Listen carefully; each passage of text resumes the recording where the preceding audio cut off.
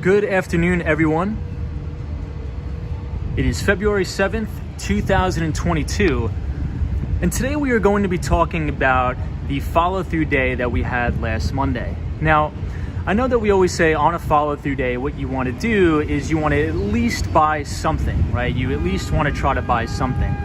But I think in this market condition, even though it is appropriate to buy something, I think it's probably appropriate to limit it your new buys to at least 1 to 3% of equity, because one of the things that I've been looking at, and I know we've been talking about, let's look at the Dow Jones Industrial Average, the NASDAQ, and the S&P 500, but the most important thing that we need to watch, as we know that the stock market is a derivative, or it derives its value from the debt market or the bond market, we have to watch that 10-year yield, and that 10-year yield today got up as high as 1.929%, bumping up against that 2% level. And even though most follow-through days won't work, but there's never been a new bull market that started without a follow-through day. So I think it's probably appropriate to cap your new buys to at least 1 to 3% of equity. But I think tonight on the stream, we're going to do a deep dive into the underpinnings of the market, right? So what is actually driving this market? And a lot of the returns in the S&P 500 and what's been supporting the indices are actually energy, financials, and stocks like Church & Dwight, right? So Church & Dwight, ticker symbol is CHD. If we think about some of the things that they sell, they sell toilet paper, toothpaste, baking soda. These are the exact things that people need, necessities. So institutional investors are piling into these specific names. What do you think that tells us about the overall health of the market and where they see the economy's going? So we'll talk about that more tonight on the stream. Hey, I see Dallas is here, says good afternoon, Tom. Joey is here. What's up, Joey? Otto is here, says hello, Tom. Sally is joining us. Vinny Castellano from the one and only Staten Island. Good to see you. Official says hello, greetings from Oakland, California. What is up, everybody? So we'll get started tonight. We're going to be walking around downtown Miami, maybe making our way over to Brickell. So we're going to be in Miami for probably the next 2 or 3 weeks as we finish up some business meetings here in Southern Florida. And it's nice to be back in the warm weather once again. Hey, Wayne Cass says, hey, Tom, how are you tonight? I'm doing really good. Good to see you. Jamie Price says, good evening, Tom. What is up, everybody? We have a full house tonight. Hope you're enjoying the warm weather. Smee says, hello, Tom, and everybody. Chris Beeman is here. Lou Rodriguez says, oh, Tom, you're warm tonight. We are warm. I mean, when we were streaming in New York City, it was negative temperatures, well, maybe 18 to 10 degrees. So it's kind of nice to be back in Miami walking around in the beautiful weather. Cynthia is here, says hello from Missouri. Hey, Cynthia. Hope you're well. JQG Atlas is here, says, hey, Tom, enjoy the weather. I will. Sabrina Fair says, Tom, you and I were passing ships. Alan Wilson says, good evening. Welcome back to Miami, Tom, and the warm temperatures. Appreciate that. Sanjib is here. Says, hi, Tom. 05 says, greetings from Argentina. Emilio J says, you're back in civilization. Good evening, everybody. I see Western Mass Dave. Good to see Western Mass Dave. Alex says, welcome back to the 305. Smee Media says, hello from Texas. Steve says, hey, from Toronto. Christian says, hey, Tom, wishing you a warm weather in Miami. Appreciate that. Good to see you, Jay. So we'll get started on our walk. And apologize, I do not have the microphone again tonight, so it's going to be quite a windy one. But I thought it was probably important tonight to really talk about the underpinnings of this market, right? Because what I'm seeing in the market is pretty much all of the stocks. You could consider the canned slim stocks that we always like to talk about. You think the very, very high beta growth stocks like your CrowdStrikes, your Zscalers, all of these high flyer tech stocks, the vast majority of them, quite often are almost 60% off their all-time record highs. So the stocks that are really leading this market are stocks in the financial sector, the energy, talk about the investment banks, even Deutsche Bank, some of the European banks are leading this market higher. So what does that really tell us? as we know, if we look at the 10-year Treasury yield, that's bumping up against 2%. As interest rates rise, the earnings priced in the future of a lot of these high beta tech stocks, now those earnings in the future are worth less today, right? So a lot of the times when we talk about these very high beta software companies or SaaS stocks, a lot of their earnings are going to happen multiple quarters down the line. So when interest rates are higher now, the value of those earnings in the future are worth less. Excuse me, I'm getting a call from a client. Apologize for the buffering. Hey, Yogi Bear fan says, hey Tom, Sabrina Fair says Miami was rocking and rolling life. Headed back to the Pacific Northwest now. Rosa says, hello Tom, welcome to Southern Florida. Thank you, Rosa. Thank you, appreciate that. So we are right under the 1000 Museum building. And this is where David Beckham, I think, has a residence. And it actually has a helicopter pad on the top of it. So you don't even need to take your car home. You can just call a helicopter and they'll drop you right off. Vinny Castellano says, hey Tom, the wife sends well wishes. She's busy baking Valentine's Day cheesecake. Very cool, Vinny. Good to see you as always. Joyce Carter is here. NG says, hey everybody, glad to see you back in Florida. Thank you, everybody. Good to see you, Yogi Bear fan. Hemp Lord says, hey Tom, what's going on? Not much. It was a busy day at work. Very busy day at work. Triple G says, hey Tom, happy to see that you made it back to Miami. Appreciate that. Chris is here. Smee says, cool. Hey, Mohammed's back. What's up, Mohammed? Says, hey Tom, good to see you tonight, my friend. Good to see you as well, Mohammed.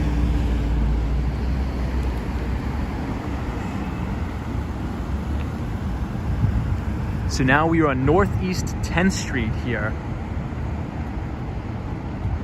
in downtown Miami, and we are actually about to walk past the FTX Arena, which is where the Miami Heat play. So we'll check that out tonight. Follow through day. And one of the biggest questions that I've gotten was, how do we sort of position size and how do we find the right merchandise on the market to buy during a follow through day? Well, honestly, right now, I've been having, especially on Monday, because last Monday is when we had that follow through day in the market. If you look across pretty much all the stocks on the market, there's so much damage under the hood of this market where there's really no time, or there has been absolutely no time for sound bases to build, right? We have these very little stubby, tiny bases which are not sound. So that leads me to believe the probability for this follow through day failing is probably higher than normal, right? So I think it's important to, really manage your risk here. Perhaps only risk 1 to 3% of your overall equity and let the market pull you back into the market, right? You don't want to throw on a full position. You don't want to get on crazy size here. You want to let the market pull you back in. And if that means you have to get stopped out at maybe 5 or 3%, that's fine. Just make sure you manage your risk. So here's the Paramount building here in downtown Miami. One of my favorite buildings here. Hey, Bernard Friedman says, yes, you're back in Miami. What's up, Bernard? Always good to see you. I hope you're doing well. Olivia says, hello, Tom, and good evening. Good evening to you, too. I see Humane is here. Says, hooray, Tom, you are back in the warm weather. Yeah, New York, definitely had a good time in New York. But it is good to be back. It is good to be back in Southern Florida for sure. Hey, Rich is here. Says, good evening, folks. What's up, Rich? Good to see you, Rich. Canyon says, what do you mean stopped out at 5 to 7%? Yeah, so I think that's a good question. So whenever there's a follow through day, even though you don't really want to buy anything because the market is in a correction, stocks are going down, you always just have to be disciplined and at least buy something, right? So you want to make sure you're buying stocks that have extremely, extremely good fundamentals. That could include anything with a very high EPS score or earnings per share, Are they compounding out their annualized growth rate at 25% plus per annum? What is their revenue growth looking like? What is their return on equity? So during follow-through days, you want to make sure not only you're buying the best stocks, but you want to make sure you're buying the best stocks in the best industry groups of that time. And unfortunately right now, that's stocks like Church & Dwight, which these are stocks we would never talk about on the stream before. But since enterprise software and mega cap tech even are getting a little bit beat up, these are the stocks that are leading the market. So what you want to do is when you buy these stocks, you only want to risk about 1 to 3% of equity. And if they start to roll over and you're down about 3 or 5% on the position, you want to cut your losses quickly, because that means that follow-through day probably is going to fail and the market is going to go lower. So that's sort of what I mean by putting in a 3 to 5% stop loss.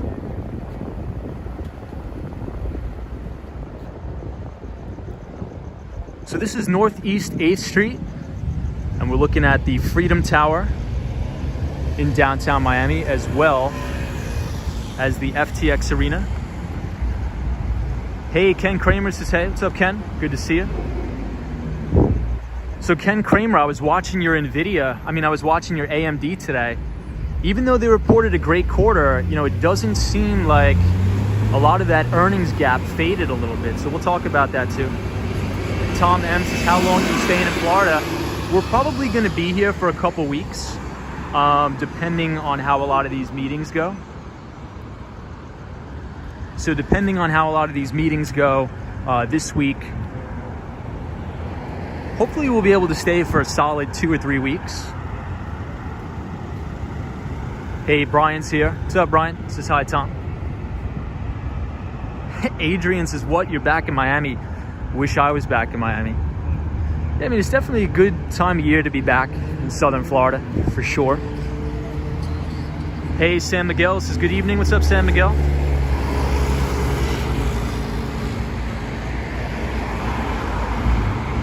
Tom M, good to see you. Emilio, that's crazy. I didn't know that, Emilio. Hey, Donna Thompson says, good evening. Hello, Florida. Ken Kramer says, yeah, AMD up early, finished flat. Yeah, so Ken, that's very, very indicative behavior. Unfortunately, a bear market. So usually the market will open green and then fade throughout the day. So I was running a screen on a lot of the enterprise software stocks, a lot of the SaaS software as a service stocks, and even Alphabet. So Google just came off a back of a phenomenal quarter. Their Google Cloud growth was better than expected. You talk about, Amazon reported a great quarter last week. Their Amazon AWS revenue came in better than expected, but the vast majority of their earnings gains actually faded. So it was interesting to see that price action. We're just waiting to cross the street here. Hey, Weston Mass Dave says, we are on the other side of winter. New York City will be warm soon. Yeah, I mean, I think you're right. Weston Mass Dave, I think you're right. Usually, we could have the one-off snowstorm sometimes in March, but hey, Chris says, Tom, you need to stay for a month at least. Good to see you, San Miguel. Dante Rose is here, says, hey, Tom. Egan says, hey, Tom, it's 3:29 a.m., but I'm watching you. I appreciate that. Matthew X Black says, hey there from New York. What's up, Matthew? Good to see you. Lena Sandoval says, hello, Tom, and everybody. Hope you're well. So we're going to cross the street near the FTX Arena. And I think Miami has some of the longest red lights I've ever seen. And I'm from Long Island, New York, where we have 20-minute red lights.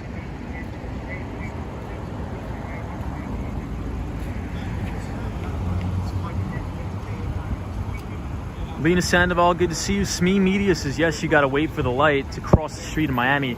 Not the case in New York. Yeah, I'm not sure if jaywalking is very well enforced here.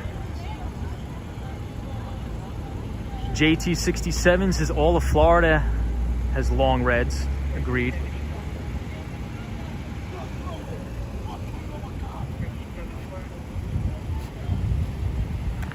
JQG Atlas's 20-minute red light is in New York City.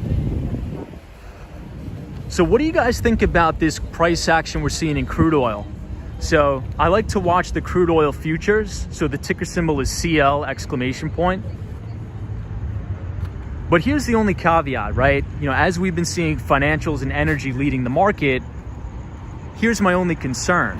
If you pull up a chart of crude oil, yeah, we're sitting in the mid 90s. I think, what did it close at today? Like $92 a barrel. The only thing that concerns me is that crude is sitting well above its 50-day moving average. The price is extended almost 18%. Every time we've seen a major extension like that, 18% over a major 50-day, we usually get a 5 to 7% correction. And I think in the market environment that we're in now, if we get a 5 to 7% correction in the price of crude, that's probably going to bring down financials,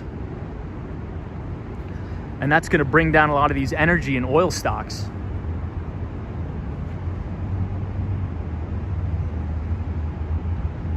Andy S says crude oil is up.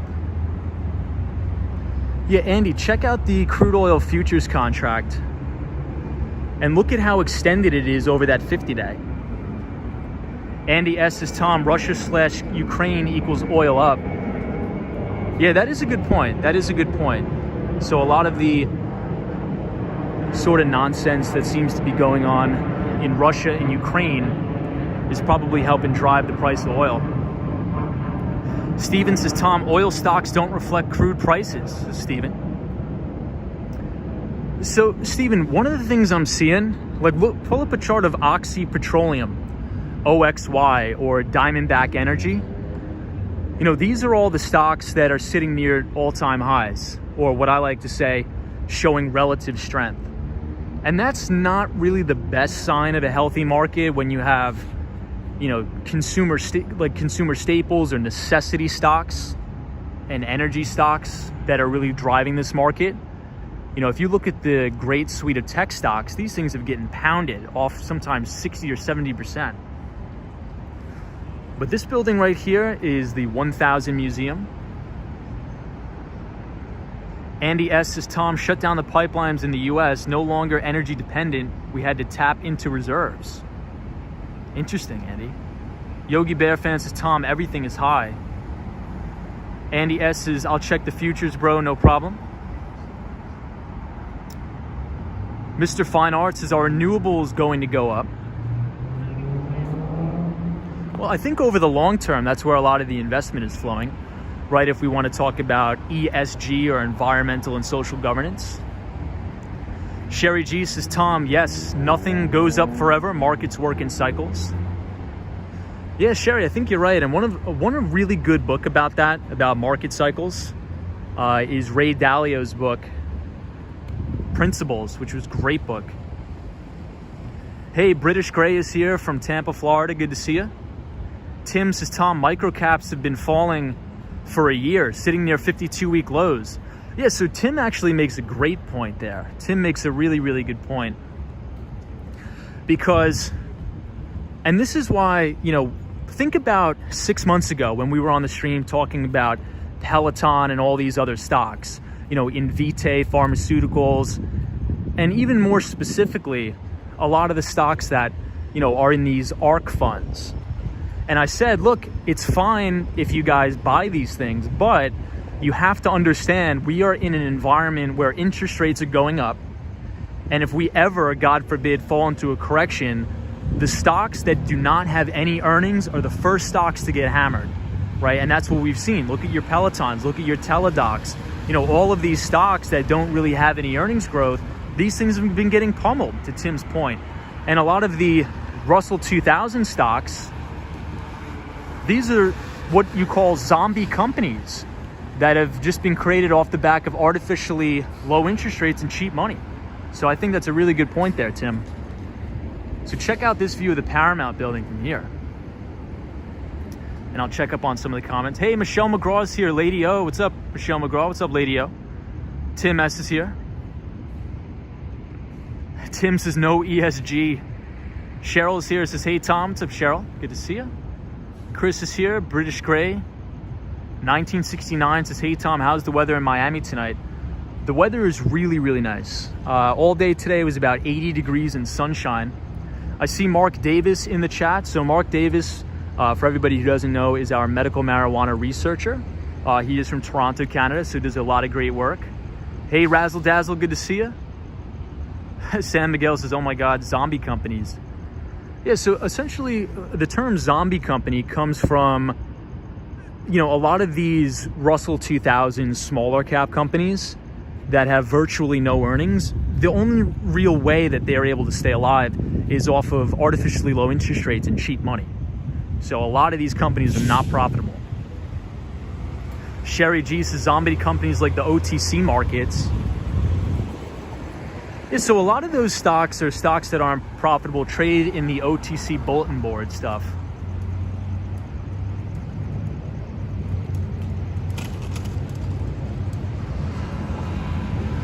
But this is the Freedom Tower here in downtown Miami.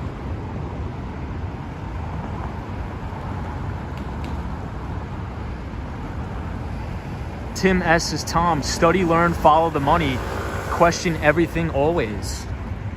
I think that's a pretty sound piece of advice. Hey, Horatio Snipes is here. Razzle Dazzle's here. What's up, everybody? Good to see you. Razzle Dazzle is an MRI technologist. It's good to see you. Judy D says, good evening, everybody, and Tom. Sunshine after rain, what's going on? Jamie says, Tom, what are your thoughts on the Federal Reserve hinting to raise an interest rate coming soon? Yeah, so last week we had the FOMC meeting where we heard from Federal Reserve Chairman Jerome Powell. And, they're going to have to raise rates. I mean, if we look at the market now, it's obvious a lot of money managers of the market is pricing in interest rate hikes. So what I think is in March, we're probably going to get a rate hike. But I'm only expecting maybe 2, maybe 3 rate hikes this year. But we'll see. But the biggest thing is, look, the Federal Reserve is buying billions of dollars in not only mortgage-backed securities, but also U.S. Treasuries. And they're supposedly supposed to finish their tapering or stop buying all these assets by March. I mean, do I believe them? I mean, I don't know. If you pull up a chart of the Fed balance sheet, it's actually grown, if anything. Hey, Photos from around New York is here. What's up, Photos? Good to see you. Hey, Jerry says making a home run on an OTC stock is not the best investing experience. Agreed. Agreed on that. Lady O says, Tom, are you enjoying the warmth in Miami? I am. I really, really am. It's beautiful out tonight. Not too crazy. Triple G says, Tom, Warren Buffett is always building up his shares in Occidental Petroleum and Chevron. Live on Miami Beach says, oh my God, you're down here in Miami. That's sweet. Welcome. Hey, thank you for having me. So I just moved to Miami not too long ago, maybe about 3 months ago. I can't believe it's already been 3 months. But yeah, I bought a property here that I'm going to be using as an investment property. But here we are, Bayside. Andy S says, Meta is the problem with society. So Meta platforms, and last week on the stream, we covered Meta's earnings report in depth, and they reported an egregious quarter, and the stock got punished, and it was down, I think, 5% more today. Hey, live on MiamiBeach.com says, phenomenal. If you need tenants, let me know. I have a bunch of good ones. Hey, I'll definitely be in touch. I will definitely be in touch with you.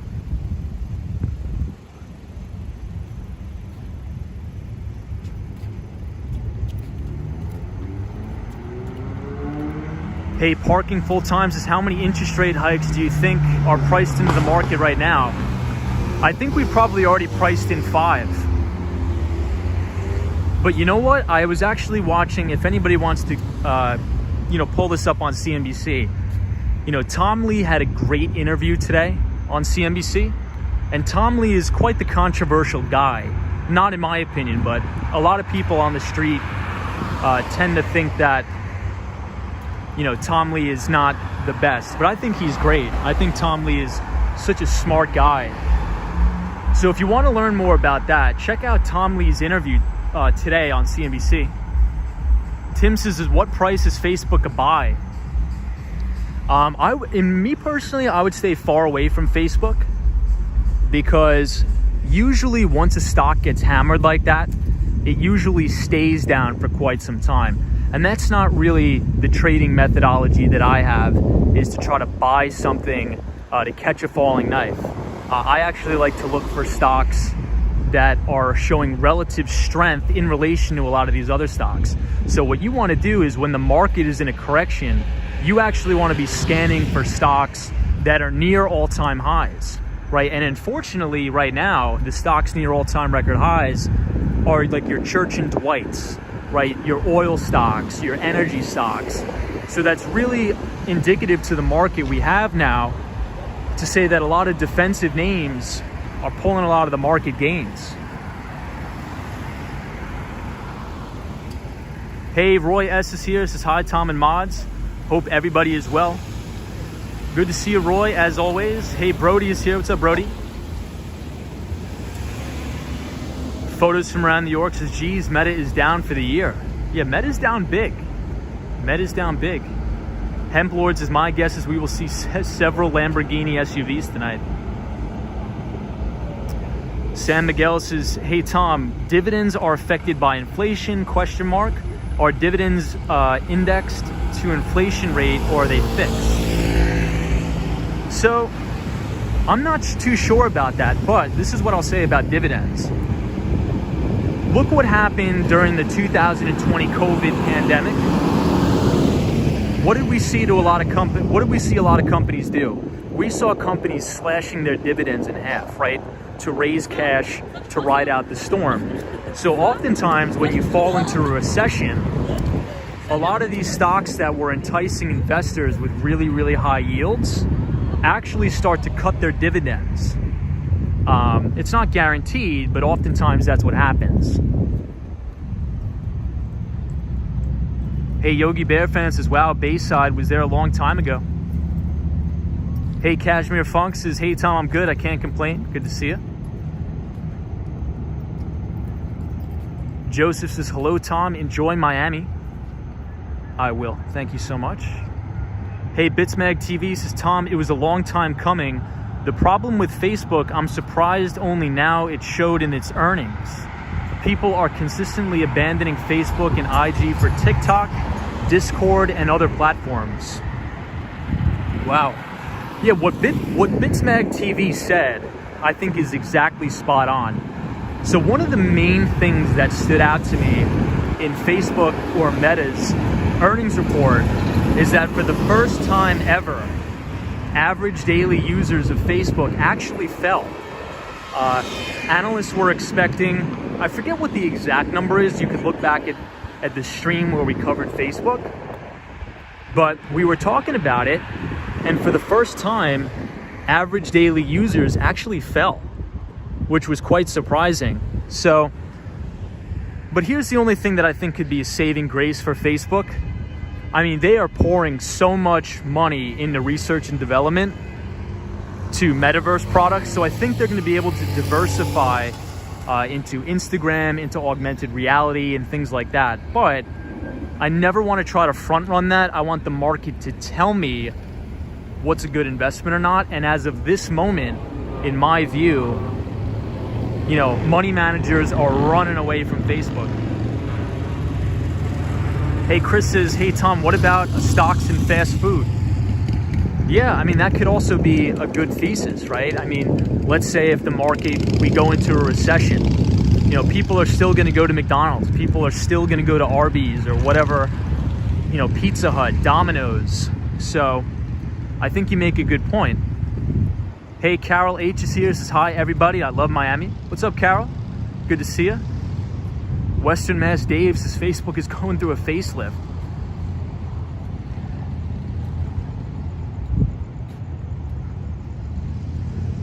Sherry G says, hey, Tom, did you know Nancy Pelosi's daughter is an executive at Zoom? and so is Janet. They conveniently sold the shares when Zoom peaked in 2020. I did not know that. Interesting, I did not know that at all. Hey, Ben says, what type of food do you like to eat? I like to eat Cuban food down here. There's a lot of good Cuban food in Miami.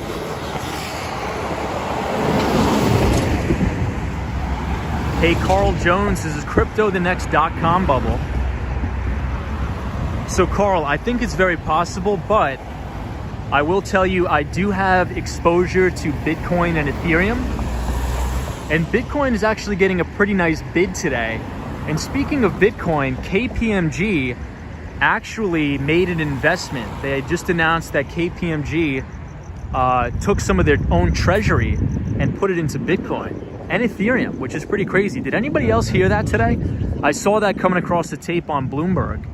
But KPMG, and which KPMG is a company we talk about all the time. We actually have many viewers who work at KPMG, McKinsey, Deloitte, Boston Consulting, and they actually just allocated a portion of their treasury to Bitcoin. So pretty interesting. NBF Forum says, Tom, cryptocurrency is the future. I agree with that. I'm bullish on the space. There is a lot of frothiness and excess in cryptocurrencies. Like a lot of the garbage alternative coins can tend to be a little bit crazy. Andy S says, yes, Tom, I know KPMG well.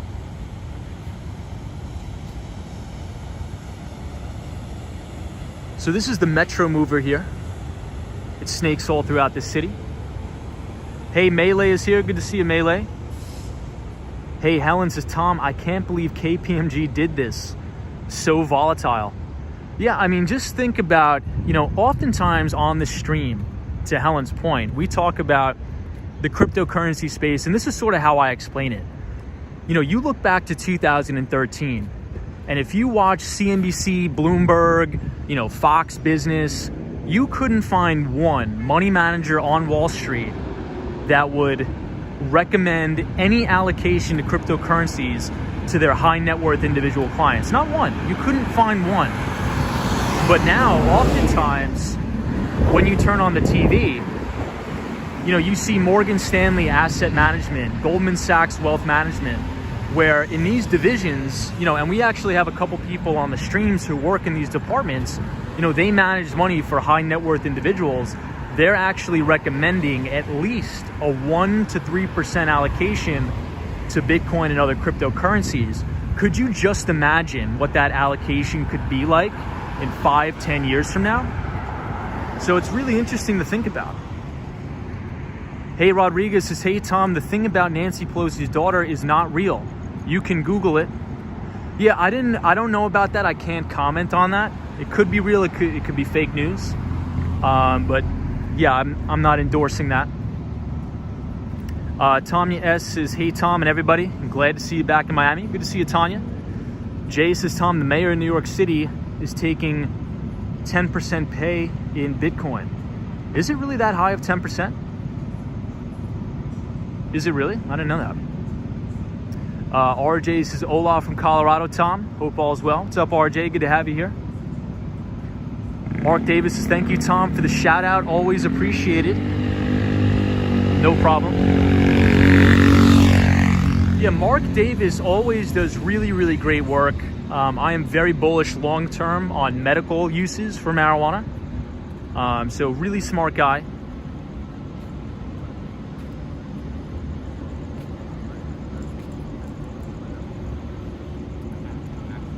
The doppelganger says, Tom, what happened to the snow? Oh wait, it's not New York.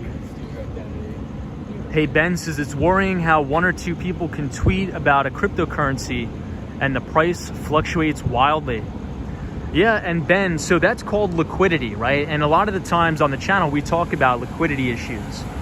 So to your point, you could have a very small market cap alternative coin or altcoin, where you could have these pump and dump groups, which are fraudulent actors, promoting these very illiquid alternative coins, right? And what that's called, a pump and dump scheme. So you got to stay away from all that stuff. So it's a good point. So it's interesting. I think the Miami Marathon was yesterday. So all of these different tents and things like that is the remnants of the marathon. So big marathon that just happened here in Southern Florida. Hey, Tony Lagos says, hello, Tom, my friend from Australia. What's going on?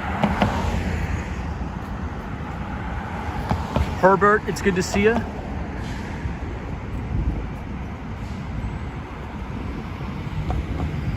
Doppelganger says, Tom, this looks like a scene from Blade Runner. Andy S., it's only a matter of time the Fed weighs in on crypto. Western Mass Dave says, Federal Reserve considering digital version of our currency, digital cash. Yeah, Western Mass Dave, I think we covered that on a previous stream. I think you're right. You know, I think that down the line, the Federal Reserve will issue a Federal Reserve-backed digital US dollar. I think it's only a matter of time. I think it makes sense.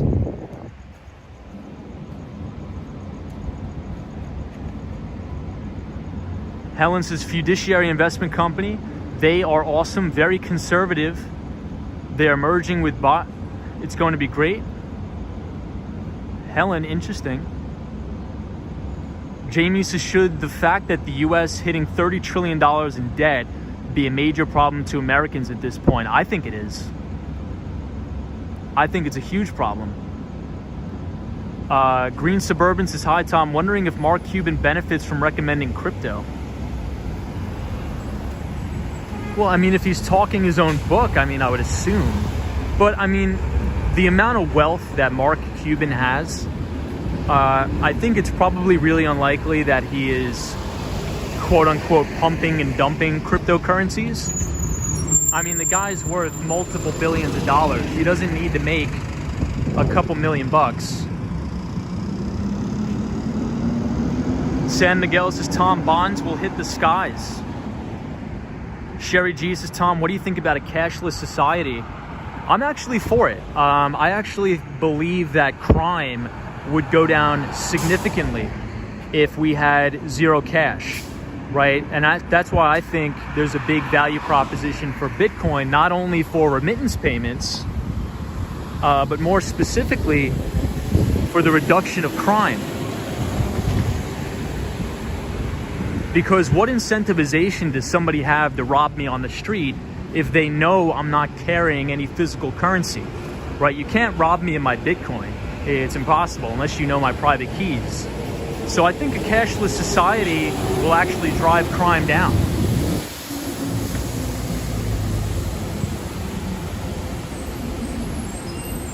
Helen says, Tom, invest for the long term always. Agreed.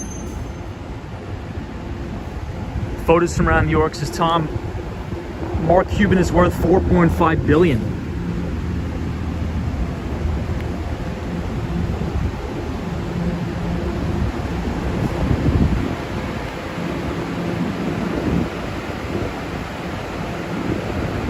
Canyon says, isn't Bitcoin too unstable to use as a currency? Yeah, I think a lot of people view it as like a digital gold. Hey, Sanjeev is here. Says, good evening, Tom, and the Walks in Wall Street family. Sanjeev, it's good to see you. Today we were just briefly going over the market. We were talking about the follow-through day that we had on Monday. But one of the real things that we were sort of paying attention to is that U.S. Treasury yield, the 10-year yield. Because we talk about this all the time. I believe that the stock market is a derivative of the debt market. I think the stock market derives its underlying value from the bond market, right? So if we think about that US 10-year Treasury yield bumping up against 2%, I think today the highest I saw it was 1.929%, I want to say. So, and I think that's why we're seeing a lot of these tech stocks still taking a big hit. And if we think about the market leaders, you could look at all the big banks, the financials are leading the market, companies like Church & Dwight. And that's not very indicative of a healthy market overall, because if institutional investors are allocating a lot of their money towards companies that sell toilet paper and toothpaste and baking soda. You know, what is that forecasting about the overall health of the economy? You know, maybe they're preparing for a recession, right? Funneling into recession-proof stocks. I don't know. I just like to listen to the market and try to understand what the big money managers on Wall Street are doing. But good to see you, Sanjeev. Hope you're well. Happy Monday. We are at the Southeast Financial Center here in downtown Miami. This is one of my favorite buildings. I'll give you guys a quick look. Hey, Out and About is here. What's up, Out and About? One of our moderators from Toronto, Canada. Good to see you. Al Baker says, Tom, what's going on from Hollywood, Florida? What's up, Al? Good to see you. Lori E says, hey, everybody. Good to see you back in Miami. Gene says, moon over Miami. I love to see it. Daryl is here from Chicago. What's up, Daryl?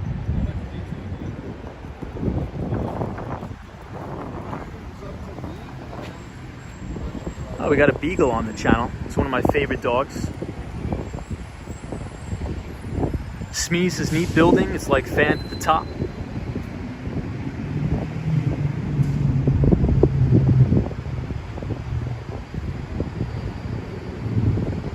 Hey, parking full time says 1.929% for a high of the 10-year. Today sounds about right to me.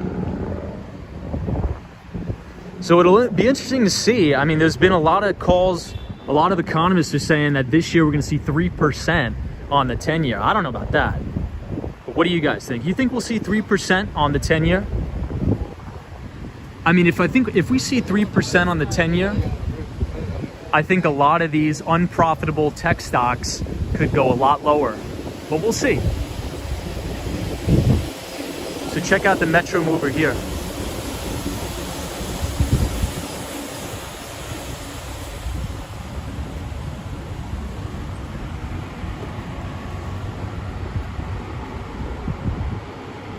Hey, Rick P is here. Good to see you, Cashmere Funk. Lady O says, Tom, how's the cat? The cats are good. The cats are good. Tomorrow I actually have to go to the store.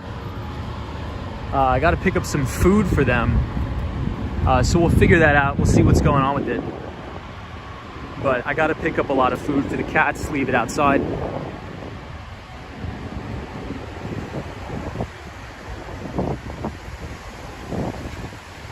Zapatata says, Tom, what's your opinion on AMD and Intel for 2022? So you know what? I actually just sent out the Behind the Street newsletter. So please check your emails.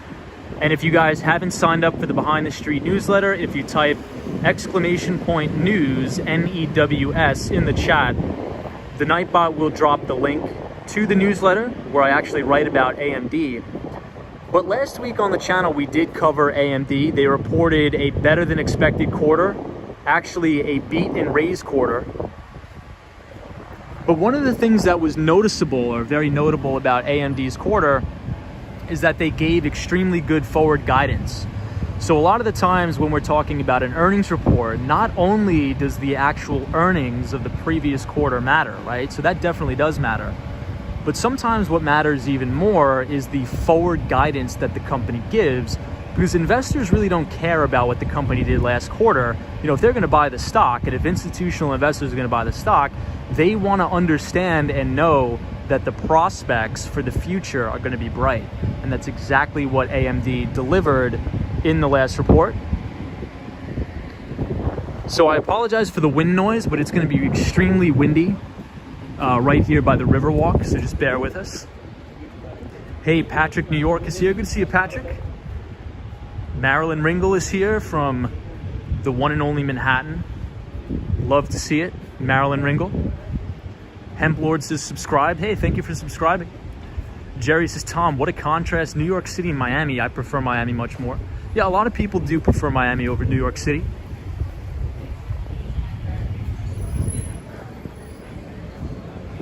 Hey, Monadee says, thanks and glad to be here.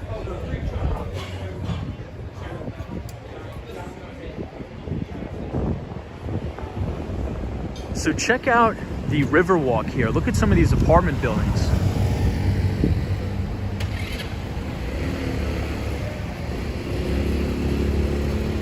Hey, Kira J, what's going on?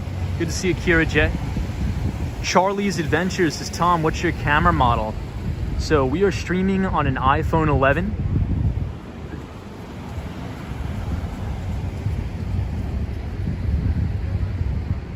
Hey, Al Baker. So you said you tried to sign up for the newsletter, but you didn't receive it.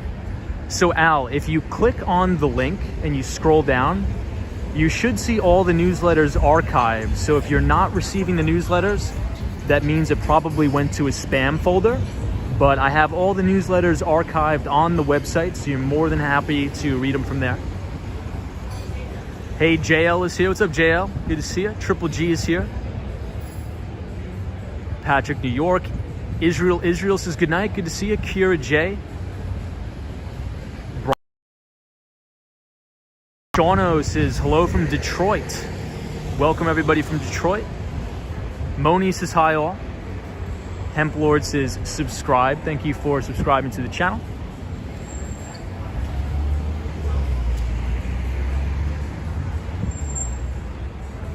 Rick P. What's up, Rick P? Sabrina Ferris says, someone told me that summers there are miserable. That's okay. 2 months out of the year is not a problem. Yeah, I mean, so the thing about Southern Florida, it can get extremely, extremely humid in the summer. But for me, I actually prefer the humidity, as strange as that may sound. Hey, Armored Knight says, hey, how's it going, Tom? Good to see you. Al Baker says, Microsoft had a really good outlook. Yeah, they did. They did. So Al Baker brings up a really good point. And I know I sort of drive this point home, but the most important thing to look for when we're talking about Amazon's earnings, Microsoft's earnings, and Google's earnings, the number one most important thing in my view, from my experience actually working in tech, you gotta watch the cloud computing growth. So as we know, to Al Baker's point, Microsoft has their Microsoft Azure platform, which is just growing way beyond my expectations. Google has their Google Cloud platform, which although it reported a negative quarter in terms of profitability, it's now losing less money than before. And then obviously Amazon AWS, which is an comparison to the industry. So this building right here, everybody, is called the Aston Martin building. It's one of the most, well, I would say probably one of the newest buildings that's going up here in downtown Miami, and it is an ultra luxury apartment complex. Hey, Otto says, Tom, the link for the newsletter still shows issue number 12. Is that the latest one? No, so I did send out 13 right before I started the stream, but sometimes it takes a while to hit your inbox. But that will be sent out. I did click send right before I got on the stream.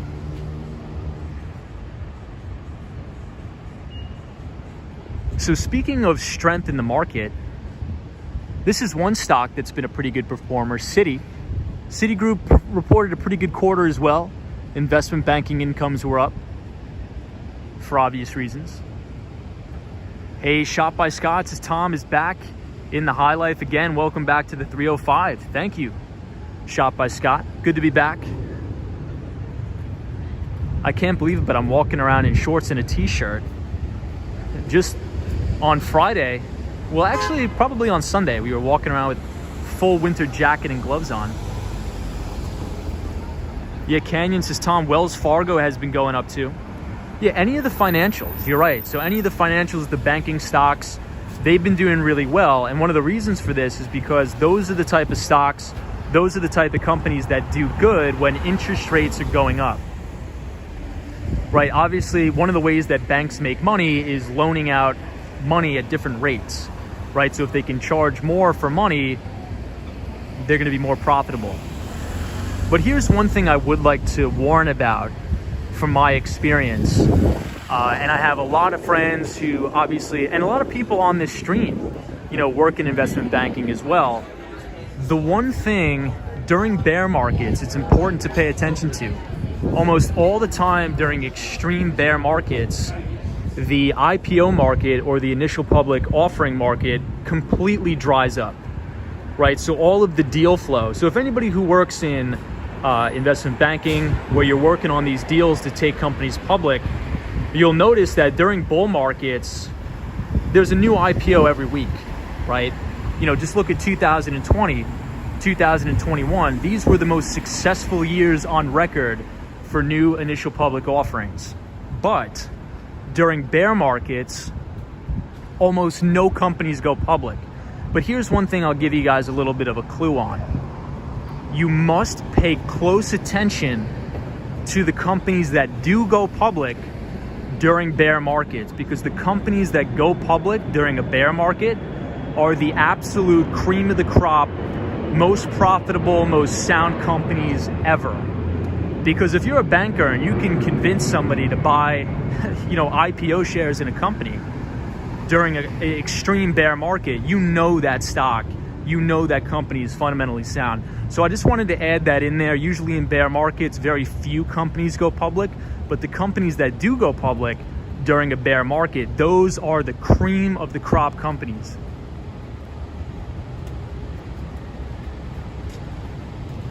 Hey, Rick P is here. What's up, Rick P? This is Tom. Where's all the snow? Triple G says, can anybody in the chat comment on the ARM IPO?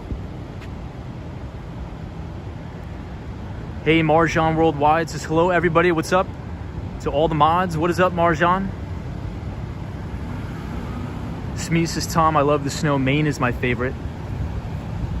You know, it's funny, right when I got back to New York, we got hammered with a ton of snow. Hey, Penelope is here. What's up, Penelope? Penelope is joining us from Tennessee. Sherry G says, Tom, what do you think about the Evergrande situation? So, Sherry, we actually covered that. I think we dedicated a whole stream to the Evergrande situation and also to the Chinese commercial paper market. And I think that is one of the most frightening things to me. But at the end of the day, the market is just completely ignoring it. And at the end of the day, it's not about what I think, it's about what the market thinks. But if somebody came up to me and asked me, what is your biggest concern or the biggest threat that you see to this stock market? I would say the Chinese commercial paper market. If anybody, you pull up a chart of one of these commercial paper funds, it's like scary. It's like Armageddon. It's 2008. We've already cracked the lows from the 2020 bear market pandemic. So if you look at the Chinese commercial paper market, I think I wrote about it 2 Behind the Street newsletters ago. That thing is really, really upsetting to me. But, the People's Bank of China, it seems like the market is convinced that the People's Bank of China is willing to prop this thing up, which I have no idea. I don't possess that much expertise in that, but I would say that the Chinese commercial paper market is a big concern to me. But until the market acknowledges it, I sort of can't really do anything about it. Hey, Robert is here, says, hey, Tom, have you been following the Freedom Convoy? So I have been following the Freedom Convoy that is taking place mainly in Canada, I believe, right? But good to see you, Robert. Penelope says, Tom, nice to see you in warmer environment. It is quite nice, even though it's good to be back in New York, to see the snow every once in a while. But, after a while, it kind of gets old, to be honest. Al Baker says it costs a lot of money to go public, and when money costs more, an obvious slowdown, says Al Baker. Very good point, Al. Thank you for that.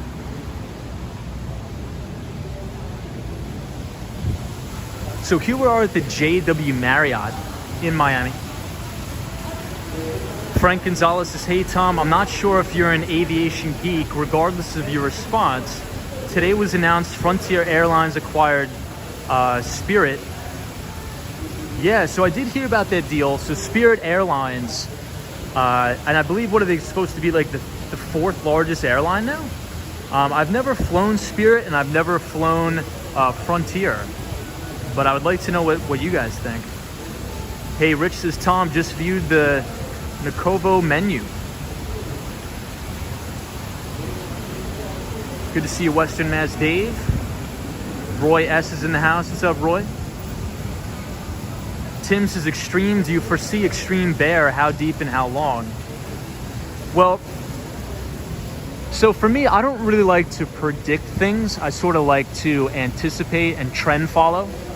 So we had a follow through day on Monday, right?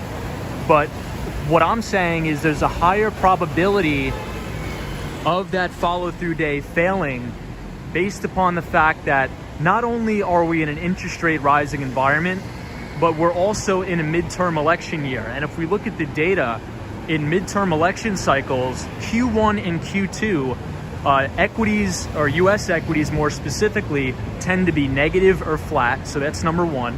Number two, we're in a rising interest rate environment. And number three, look at the damage that has been done in a lot of these growth stocks, right? So when we had that follow through day, it was almost impossible for me to buy anything. I was looking at these stocks and I'm like, okay, well, this one has a good EPS rating, but it's off 70% from the highs, right? So I think this market has a little bit of, let's say, time correcting to go through, because, you know, it's not like these stocks are just going to pop back to all-time highs. They need to build bases. They need to recover, because, you know, if you look at a stock where when we started in November, this bear market, and it's off 60% from the highs, even though we have a follow-through day, you know, there's a ton of overhead supply that these stocks need to work through. So judging based upon the fact that cyclicals are leading the market, financials, and companies like Church & Dwight, I think it's probably fair to say that this follow-through day may fail. But then again, we just have to listen to the market. Hey, Shop by Scott, good to see you. James is retired to South Florida. Candace Butcher getting too much. Hey, Solo 401 is here. What's up, Solo? We're back in the 305. Solo 401, what do you think about the City National Bank building here? What do you think? Hey, Bernard Friedman says, Tom, I have to go now. See you in the next live stream. Thank you so much for joining. Jessica Rodriguez says, Tom, Spirit sucks. Andy says, airline industry needs an overhaul. Gregory says, Tom, Spirit is sketchy. Hopefully Frontier can improve it. Ben says, Tom, Spirit is the Greyhound of the skies. Oh my God. Crazy Otto says, hey bro, from the West Coast, what is going on? What's going on? Good to see you.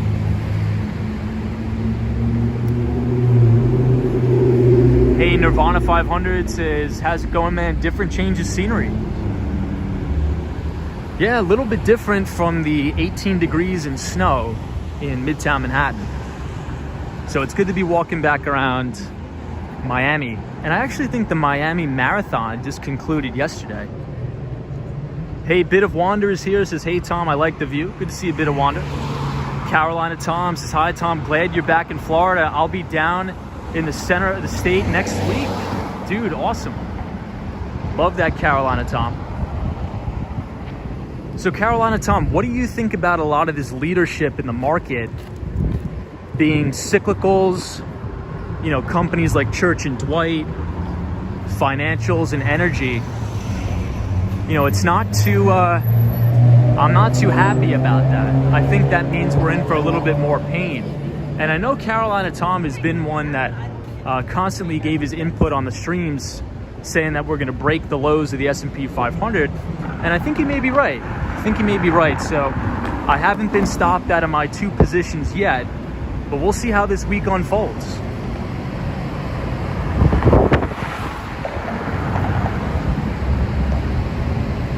So we're walking over the bridge. This is Brickell. So this is Miami's Wall Street. So you could see the Bank of America Tower. You're going to see SunTrust here, Citigroup. All the major investment banks are over here. Hey, James Wolf says, hey Tom, Texas here checking out Miami. Looks pretty nice there. Welcome everybody from Texas.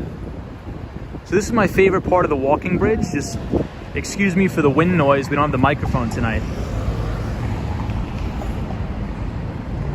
Hey, Sheila says, is there a really good book that you recommend that teaches you about historical events and market quarters like you were discussing? Yeah, so if you want a specific book that really details market cycles, I would recommend Ray Dalio's Principles. That's a phenomenal book, Ray Dalio's Principles. And I think there's another book, I'm not too sure what it's actually called, but I've read it. I think it's called Manics, Panics, and Depressions, where it goes through the history of every single recession the United States has ever been through, and every single bear market. Hey, the one and only Jimmy Anderson. So check out these people kayaking down here. Can you guys see that? These are actual people on the kayaks.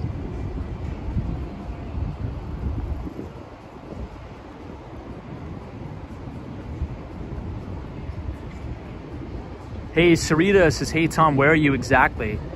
So we are walking over the bridge here to Brickell. Carolina Tom says, Tom, the market is looking for its floor to spend the next several years in a trading range. Wow. It will find it within months. Interesting, Carolina Tom. So Carolina Tom thinks the market is going to be range bound for years. Interesting take. Really cool. We'll see. We'll see. Anything is possible.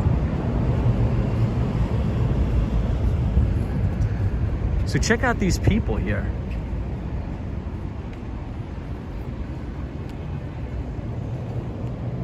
I think they're waving at us.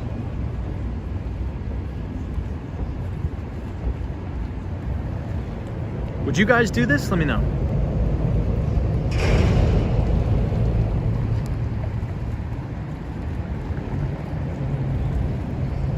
Hey, in other flows, says there have been food yield decreases in the past 5 years.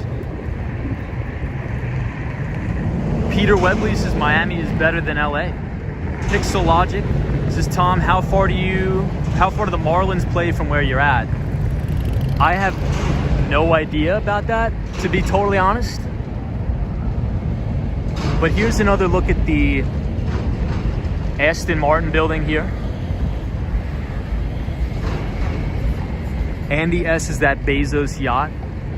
So this is not Jeff Bezos' yacht, but one night on the stream, we saw a pharmaceutical executive's yacht, and it had a helicopter on the top of it. So it's pretty interesting.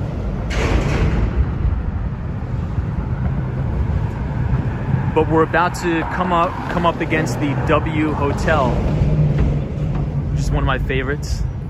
Hey, Christopher says, Tom, it's 74 degrees there. What's up, Chris? Good to see you. Chris Beeman says, we're back. Way back, I used to love kayaking. Copy that. Hey, Lee says, charting shows 100 were positive for all 20-year periods between 1872 and 2018. I don't know about that. Could you drop a link to that? You're saying all...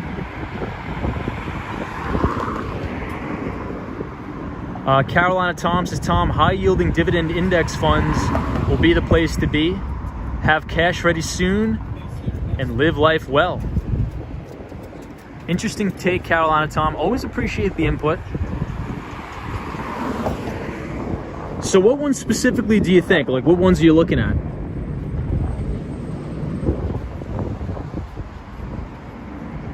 Marilyn, good point. So Marilyn's asking, what are the food prices here in relation to Long Island? To be honest, I would probably say the food price is a teeny bit lower based upon where I shop in North Miami Beach. But relatively speaking, probably the same, if not maybe a tad bit lower. I could tell you with certainty the food and a lot of the produce is a little bit cheaper. So produce and fruit, I mean. So anything fruit is probably a little bit cheaper.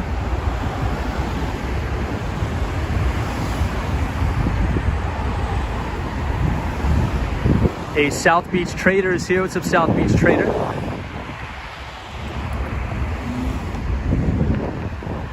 Aaron Prill, what's up?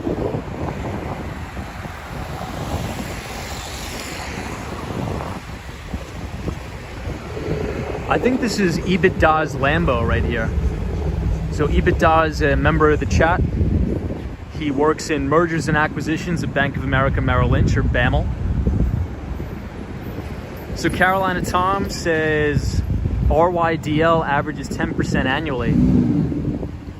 Yeah, I mean, the only thing that concerns me about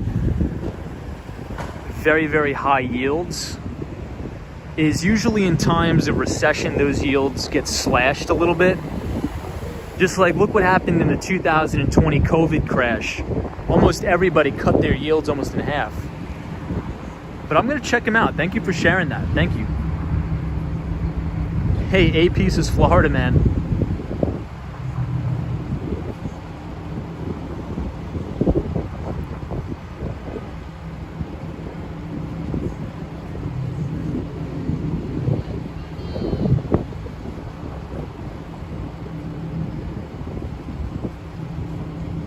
Hey, War Walker, what's up, man? So War Walker is, I think, a native Floridian joining us from the 305. Good to see you, War Walker,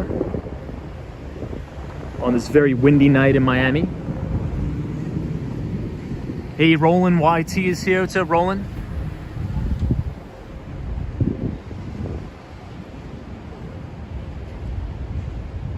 Obama's a super, would crush a Lamborghini. Hey, Kelly Wilson is here.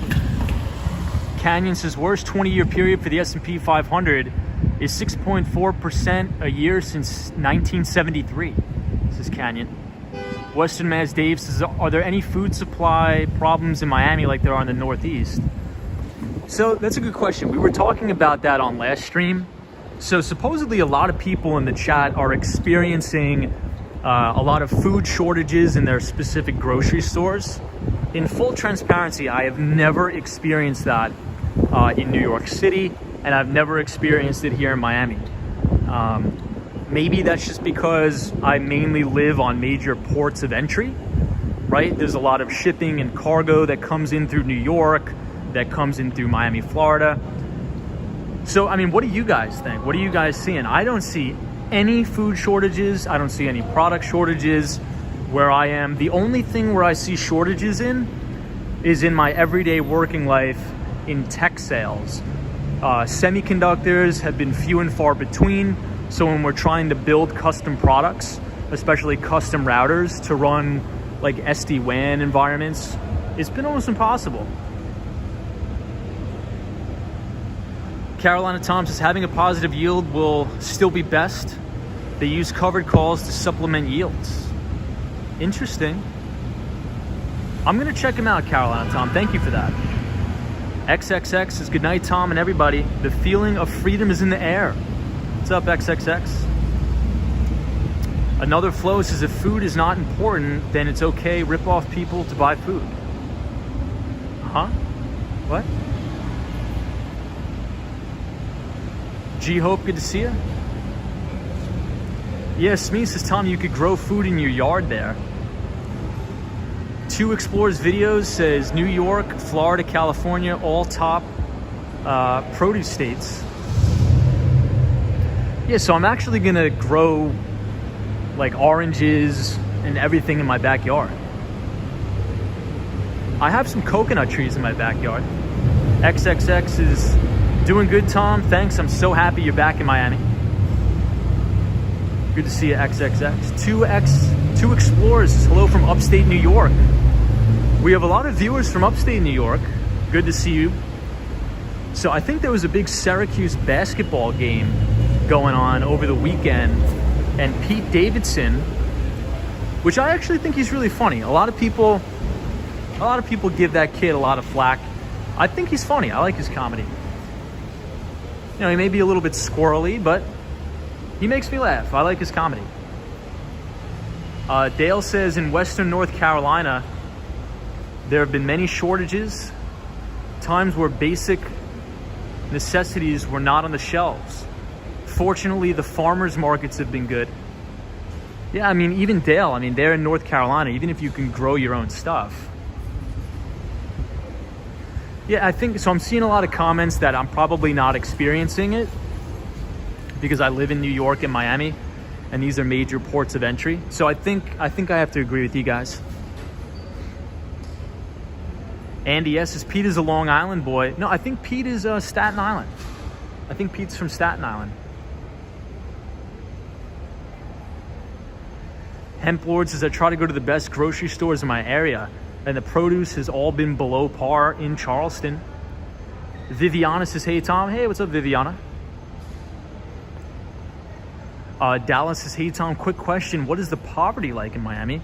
I think just like anywhere else. I mean, unfortunately, you're going to have places in every major city where there's extreme poverty, right? So for a time, I actually used to work in the South Bronx, as well as right off the Grand Concourse, where unfortunately I did experience and witnessed extreme poverty.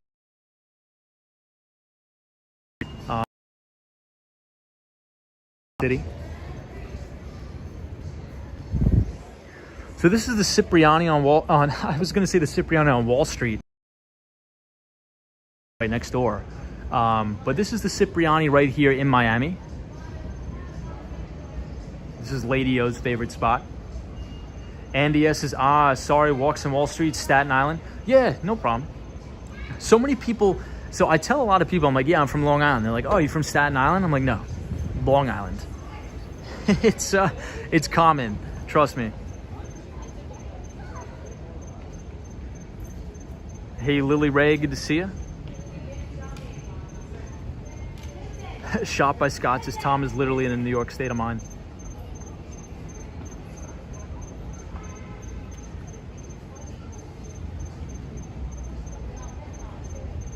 Hey, George, there's another Amazon Fresh Market opening in Palm Beach County. Two Explorers Video says North Carolina is another top produce state. Not sure if it's all grown, the big box stores, smaller markets. Lily Ray says, hey, Tom, what's up, Lily Ray? Good to see you. Alex Lopez is Miami State of Mind. What's up, Alex? Hey, Cosmo Scary says, what's up, boss? Walks in Wall Street. What is up, Cosmo? Good to see you, Cosmo Scary. Cosmo is our Baruch Bearcat. So you could think of the very famous Wall Street trader back in the day, Bernard Baruch, in the City University in New York system. A lot of kids that have gone to Baruch College go on to work in investment banking and other finance departments. Hey, NMB 045 is here. What is up, NMB 045? It says, hey, Tom, happy Monday. NMB 045, hope you're staying warm over there in Canada. NMB 045 is also a viewer that works in finance. So always love to see your inputs. Panda is here, good to see you. Lily Ray says, Tom, would be happy if you could have Trader Joe's. So I'm actually not a big fan of Trader Joe's, surprisingly. Actually not a big fan. Claudio says, hi, Tom, return to Miami, good to see you again. Hey, Claudio, thank you for being here. Lori E, good to see you. Lisa's fun fact, it is grand theft if any amount of citrus fruits consisting of 2,000 or more individual pieces are stolen. Lee is a former, actually I won't say that. Another flow says learning to garden, hunt, be self-sufficient. Very cool. So look at how low the tide is now, everybody. Crazy low tide. You can already see the rocks. How is the flight back to New York? So I actually experienced some delays at a JFK. So it took me quite a long time to get home, actually.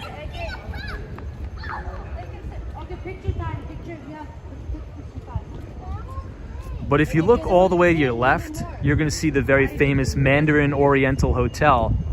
And there's actually a Mandarin Oriental in New York City in the Deutsche Bank Towers, formerly known as hey, what's up, man? Hey, nice. Good to see you. Formerly known as the Time Warner Center.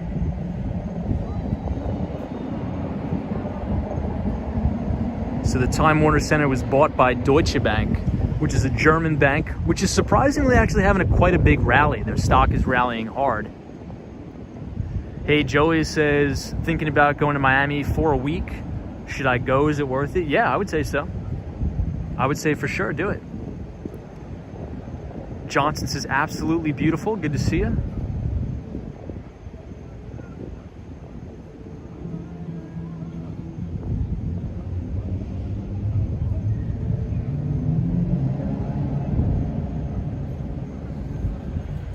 So this is the Riverwalk here near the W Hotel.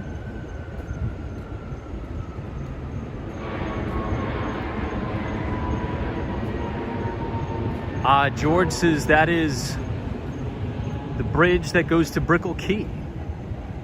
I've never been there. Never been there.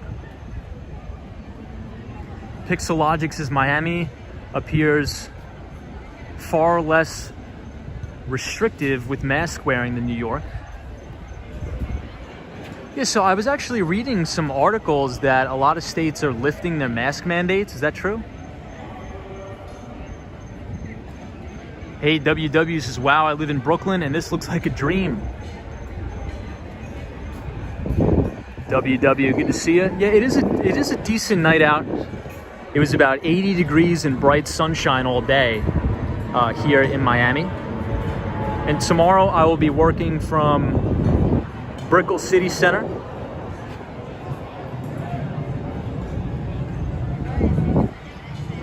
Yeah, NMB045 says, Tom, did you hear that KPMG bought Bitcoin? I did. We actually covered that a little bit earlier in the stream, but you're 100% spot on. So NMB045, KPMG, which is a big consulting firm, they actually just acquired some Bitcoin and Ethereum. So as we talk about large institutional investors coming into the space, it's quite interesting to see a big consulting firm like KPMG coming in and actually allocating some of their treasury to Bitcoin.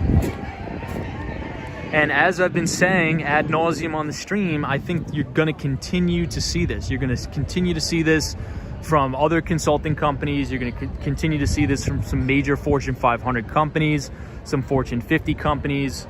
So I'm bullish on Bitcoin and Ethereum, not all of the other, let's say, I won't say fraudulent, but I'll just say other cryptocurrencies. Hey, G-Hope says, look at that crowded restaurant. Love it. Good to see you, G-Hope. Alan Wilson says, California will lift theirs next week.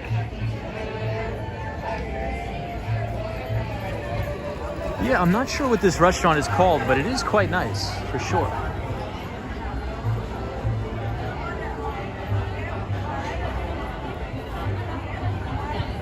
G-Hope, Alan Wilson, good to see you.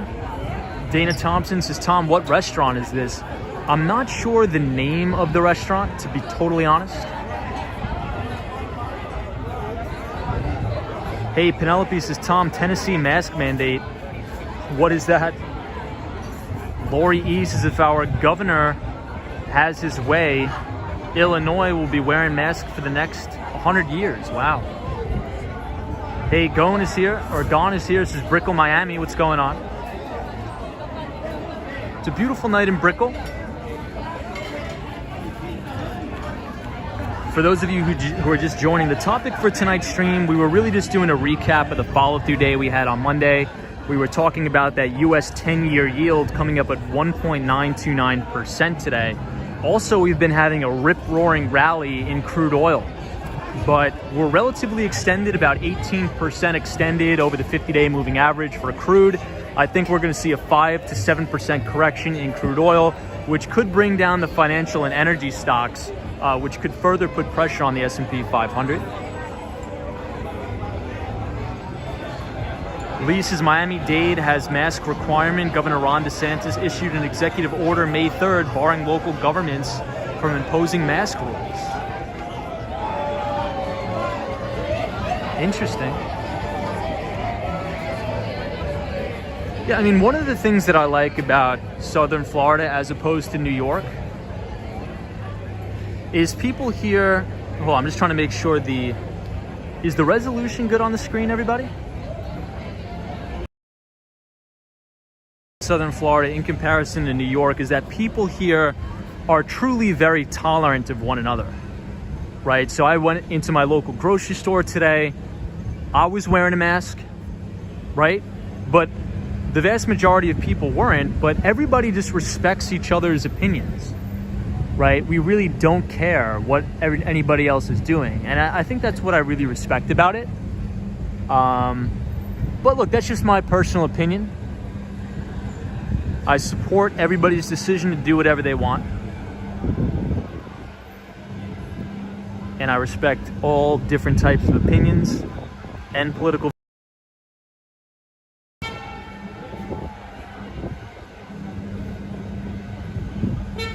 Hey, Dallas is here. Says, hey, Tom, great to see you in Miami. Thank you.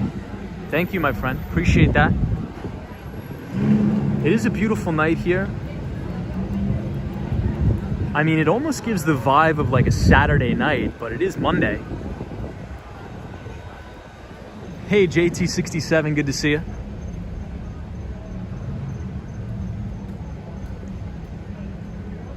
Hey, Crazy Otto says, come as you are. Should be on Florida license plates. Cindy Foley says, Tom, please stay in Miami. It's warm.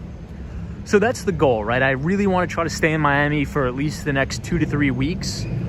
But as you guys know, I am working on a really big deal in New York. So if I do have to come back, I may have to, but you know, we'll get it done. I know I get so many emails when I'm back in New York.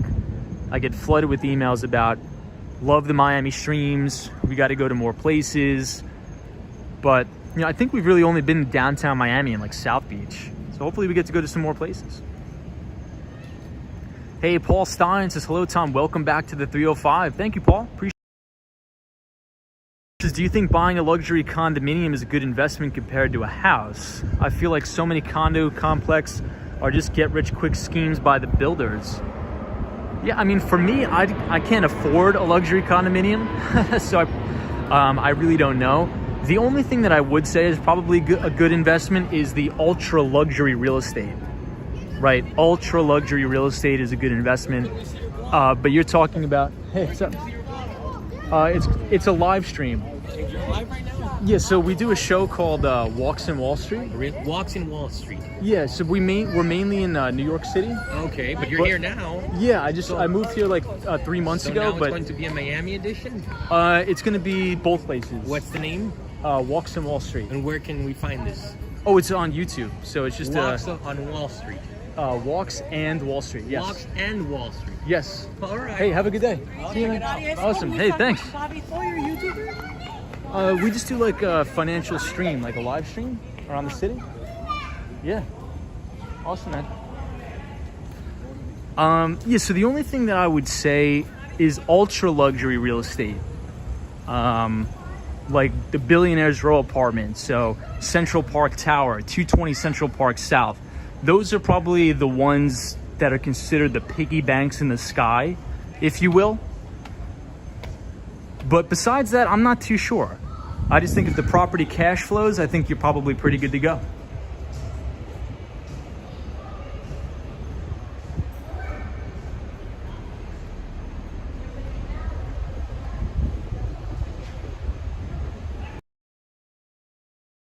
Bog is here, says the Wall Street Bull misses you. Well, we did pay a visit to the Wall Street Bull.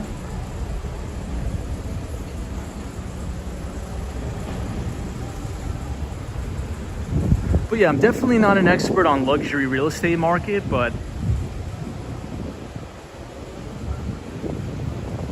you know, those are the sort of big properties that tend to hold their value.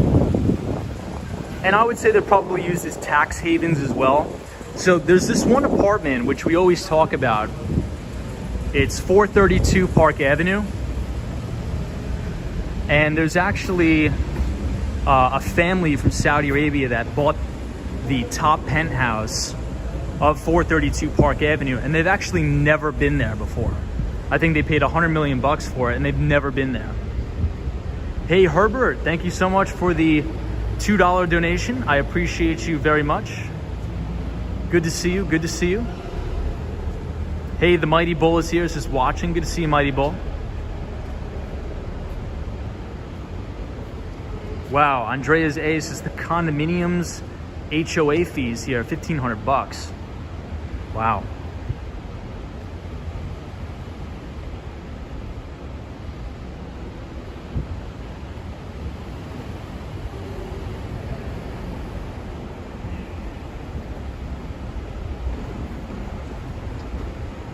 Penelope, good idea. Hey, Abe Bless is here. Says, hello, Tom. Managed to join the live stream today. It's 2:30 in the morning here in London. Wow, well, thank you for joining. I appreciate it. Hopefully you get to bed soon. Hey, Manuel says, I just met you here on the street. Cool initiative. Hey, thank you, Jonathan. Good to see you. So Jonathan, we just met him walking on the street there. Great guy. And it's good to be in Miami. So thank you for the warm welcome. I really do appreciate that. Thank you so much. Miller 3 says, greetings from Detroit. Love your channel. Thank you, R. Miller.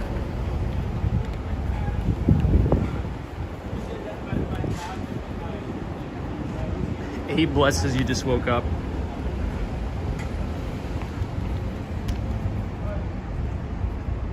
George says, Tom, 432 Park Avenue was the third tallest residential building. Was the tallest until very recently. So supposedly the Waldorf Astoria that's going to be built in Miami is going to be taller, or the tallest residential apartment building south of the World Trade Centers in New York.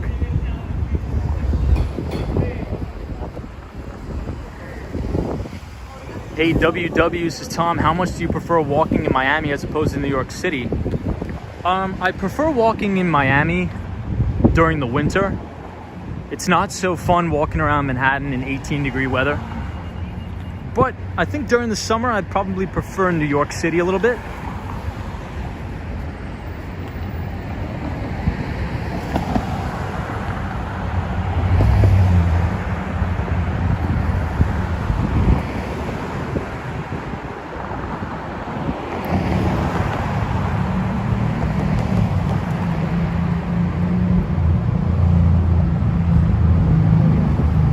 Hey, Tim, is this right? 0.56% yield on 10-year.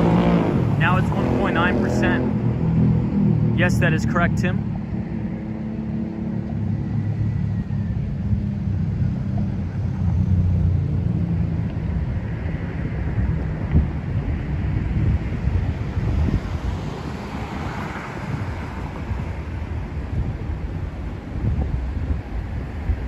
George, copy that.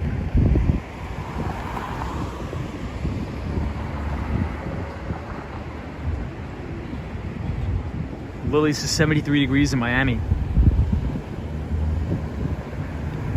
So one of the other things I want to note on the stream here is that every single week, or excuse me, every single month in the Investors Business Daily, the first newspaper of the month, they'll highlight the top buys of the most successful mutual fund managers on Wall Street. And one of the things that I thought was interesting about the new buys list of this month was it was a drastic change from what it usually is. And what I mean by that is, if you look at all of the new buys of the top performing mutual funds, almost every single company that they bought or they allocated money to was oil and gas companies, companies in the energy sector, companies in the manufacturing sector, and regular consumer staples, right? So we're seeing this cyclical rotation, or rotation out of very high beta growth into more stocks that are not very rate sensitive, which I think was interesting.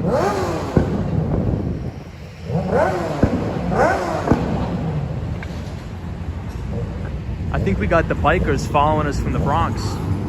Do you guys remember in the summer we used to see all these amazing bikers doing awesome stuff?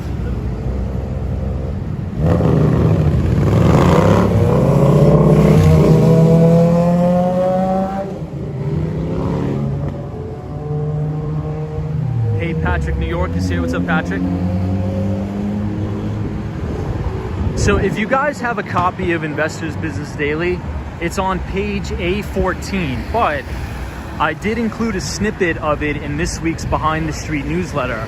So if you guys want to take a look at it, you know, that's what I always like to follow, right? Because I want to know where the smart money is allocating capital. And it seems to me that the only tech stocks that big money managers on Wall Street are allocating money to are the massive so-called FANG stocks.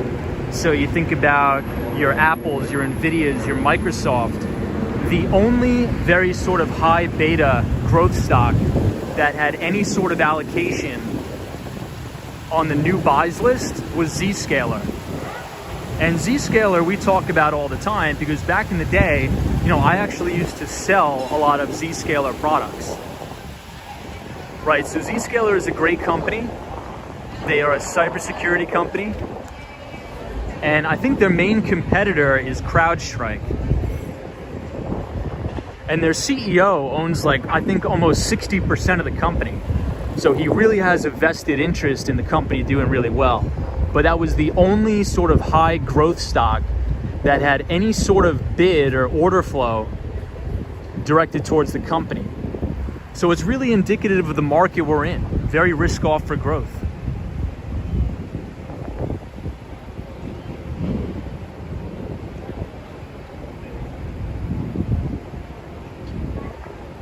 Hey, Dante Rose says, Tom, thank you for the stream. No problem.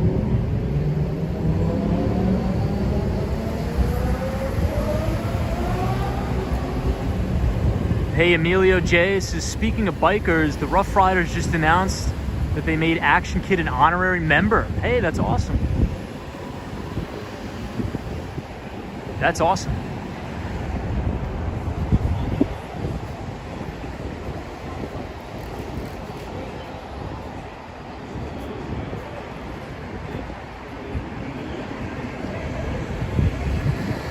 So this is Southeast 7th Street. We're overlooking Bank of America Tower, the SunTrust building.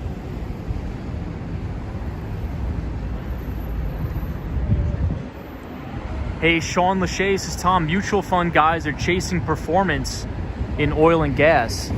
Yeah, it seems so. And I mean, look at crude oil futures, ticker symbol CL. I mean, crude is now extended 18% over its 50-day moving average. I mean, if we have a 5 to 10% correction in crude, you know, a lot of these stocks are going to get beat up pretty hard. And I think that's probably the biggest thesis I have for this market making a new low, especially in the S&P. Because if you want to think about, you know, really why I think the S&P hasn't gotten hit as much as the NASDAQ, you know, look at the exposure, look at the industry breakdown, look at the sector breakdown. You know, in the S&P 500, there's a very high weighting to financials. Right? I think the weighting in financials as well as energy stocks in the S&P 500 makes up roughly 12%, right? So a pretty decent sized weighting there. But in the NASDAQ, you don't have that, right? You don't have the exposure to the financials. You don't have the consumer staples. You know, you have all high beta growth stocks. So that stuff got clocked. Hey, Chrissy, thank you so much for the $10 donation. I appreciate it very much. Thank you for the support. And I'll show you all the buildings in Mary Brickell Village, which is right here.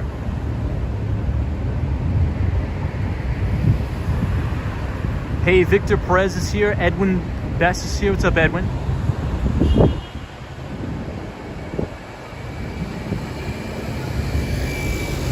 So if you guys are enjoying the live stream tonight, feel free to leave a like on the video and subscribe if you are new.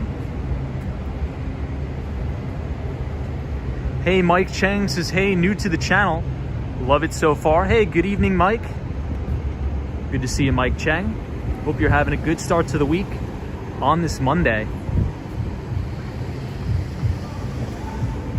Hey, Unlimited Stimulus has missed the New York energy. Good to see you, Unlimited Stimulus.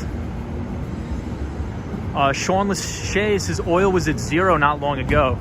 Yeah, so that was the futures contracts, right? So the futures, oil futures were technically negative, right, during the COVID crisis.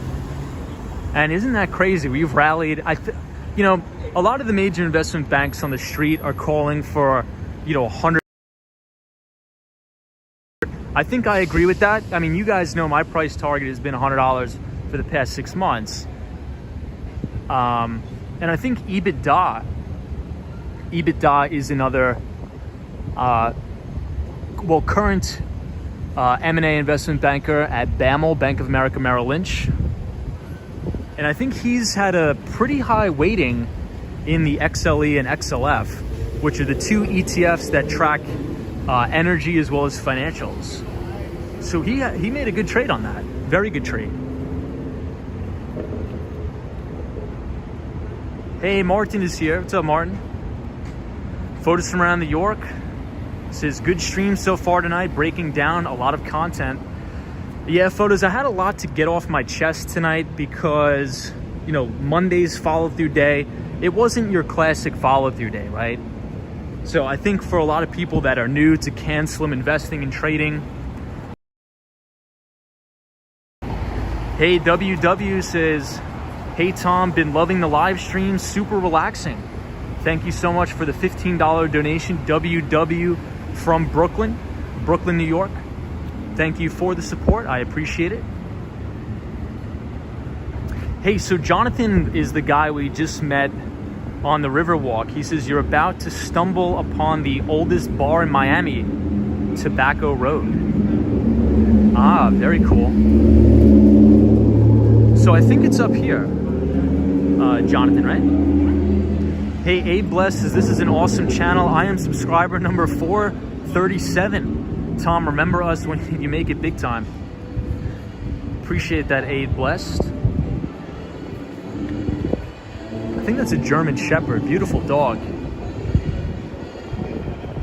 Hey, Dylan Beckham is here. What's up, Dylan? Good to see you, Dylan.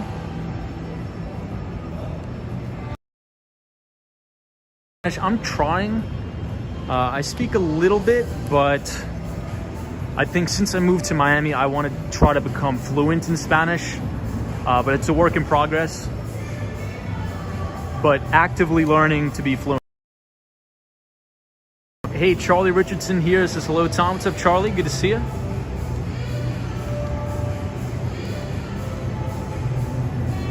Shot by Scott says the sidewalks in Miami are desolate compared to New York City.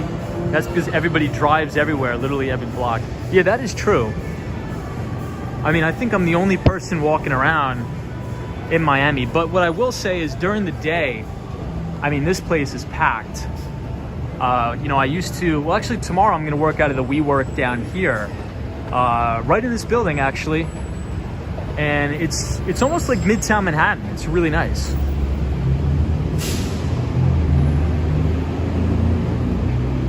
Right, S says, hi Tom, what a difference, much better view than New York City. I mean, I think New York is still my favorite city, to be honest, but I am loving Miami. Oh, so I think this is what Jonathan was talking about.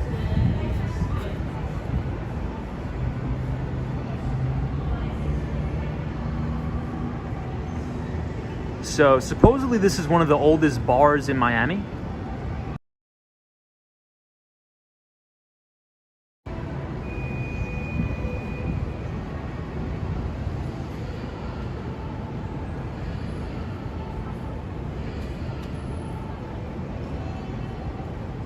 Hey, Jessica Rodriguez is BNY Mellon.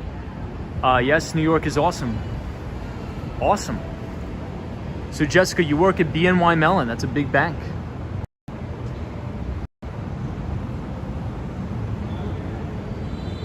Jonathan says the oldest. Very cool. Nathaniel Lee is here. Hey, Nathaniel. Good to see you, Nathaniel Lee.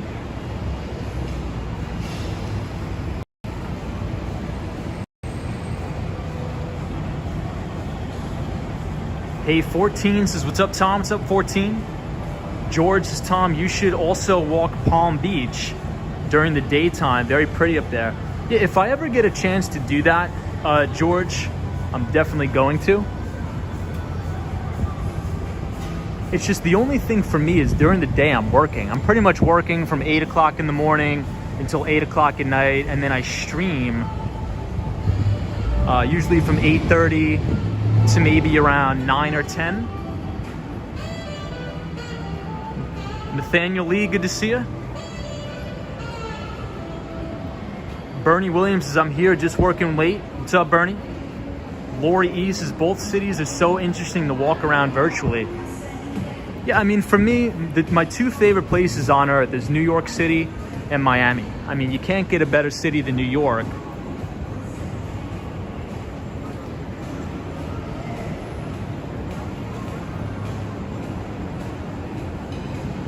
Hey, young LA Raiders is, I ain't never seen Miami, but it looks dope. Thank you for being here. Hey, young LA Raiders, has you ever been to Vegas? Yeah, so I actually work with the big data center company, is one of my clients. So sometimes I have to go out to Vegas to visit my clients over there. Hey, Nicholas Dura says, have you ever been to Jacksonville, Florida? So I'm actually gonna have to go to Jacksonville, Florida very soon. I'm actually working with one of the largest hospitals in Jacksonville on a deal. So hopefully I'll be there very soon. Nathaniel Lee says, did you stay at the W Hotel, Miami, Florida? So Nathaniel, I haven't. So I've never stayed at that particular hotel, but from what I hear, it's supposedly like one of the best hotels in Miami. Hey, Atomic Skittles says, I've been to Miami once, and it's a very small city, but it has that big city feel for some reason. I love the nightlife and vibe there, says Atomic Skittles.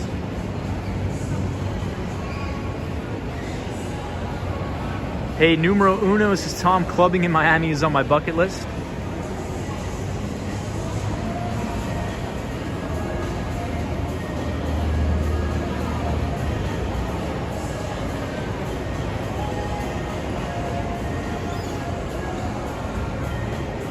I mean, I think one of my favorite things about Miami is, a lot of the malls are indoor, outdoor. So oftentimes, like right now we're inside, but if you look here, there's cars all below us and everything. Hey, Ben says, Mayo Clinic, I'm here in Rochester. No, it is not that one, but I am familiar with that. So here we are at the Apple store, and Apple actually just reported a record earnings report, in which we talked about on the stream in depth. Apple reported its highest revenue quarter on record. So yes, you heard that right. Apple, in their last earnings report, they reported their highest earnings on record. They've never had a quarter where they had so much revenue. So Apple seems to be growing, but another bright spot for Apple was their wearables market. So sales of their Apple Watch, sales of their AirPods, extremely successful. Princess Stokes says, Miami is not a very small city. It is very big city, explore more. Yeah, Miami's huge. I think somebody else in the chat said it's small. I haven't gotten a chance to explore a lot of it, but what I do want to do, funny enough, I actually had some students from the University of Miami reach out to me, and they want me to do a stream on campus. So maybe one night or someday we'll take the train to the University of Miami and do a stream at the University of Miami.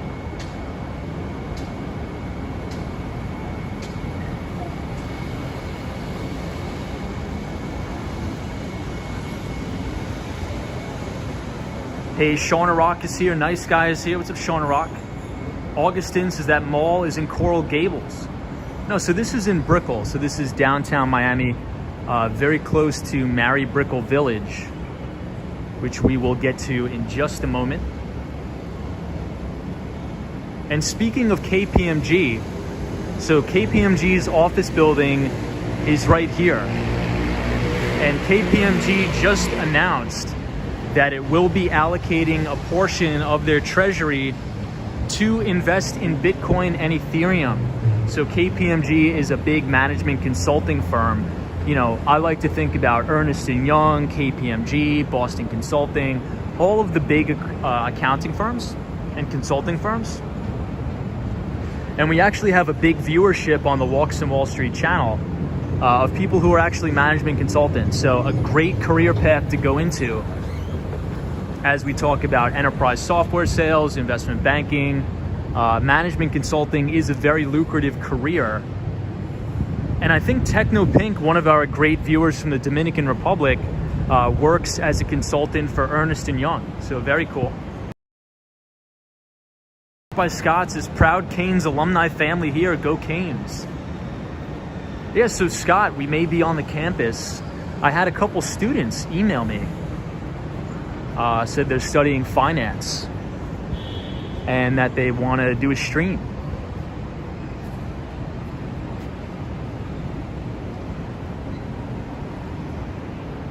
Shrek Daddy says, going to Miami for a week.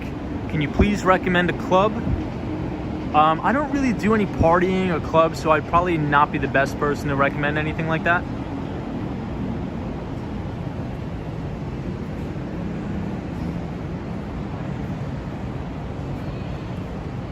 Hey, the Rundown says, I read that Alphabet is doing a 20-to-1 stock split. Is that a good idea? Yeah, so we covered that a couple streams ago, but you're exactly right. So Alphabet, ticker symbol GOOGL, is going to be doing a 20-for-1 stock split. But the thing about a 20-for-1 stock split, or a stock split in general, it does not change the market capitalization of the company at all, contrary to what a lot of people think. So some people think that, oh, the stock is cheaper now, so I'll buy it. It's not cheaper technically, it just means that the prices of the shares are going to cost a little bit less. But the valuation of the company is the same. What I'm speculating is that Alphabet is probably doing this stock split to probably make an enter or to the Dow Jones Industrial Average. And I think if you guys remember correctly, in 2020, we had a major technology company or software as a service company enter the Dow Jones Industrial Average, and that was Salesforce. So Salesforce is a company that was created by Mark Benioff. He is arguably one of the greatest technology CEOs that have ever lived. Mark Benioff, ticker symbol CRM, and Salesforce specializes in customer relationship management software. And they actually just made an acquisition of a company called Slack, which was a publicly traded company under the ticker symbol WORK. And pretty much in my old tech sales job, I use Salesforce every single day. WW says stock splits are basically meaningless since people can buy fractional shares now. Interesting. Linwood is here. What's up, Linwood? Says, do you feel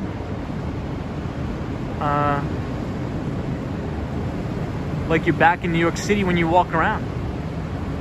Not really. Miami is definitely a lot different than New York. It's definitely a lot warmer here. Oscar Diaz says, Slack, isn't that the meeting site? Yeah, so Slack like competes with the Microsoft Teams and things like that.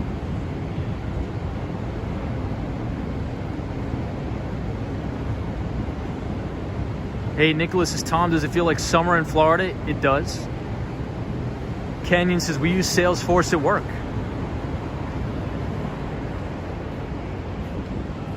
Yeah, Salesforce is definitely one of the largest, if not the largest. Bernie Williams says, Salesforce not perfect. Had to make some scripts to fix things they couldn't, just saying. Yeah, Salesforce definitely not perfect. I always used to joke, in my previous job when I was an enterprise account executive, my boss would always hammer me to update Salesforce. So if anybody is a sales representative in enterprise software or in enterprise tech sales or telecom sales, there's always a big joke of updating Salesforce.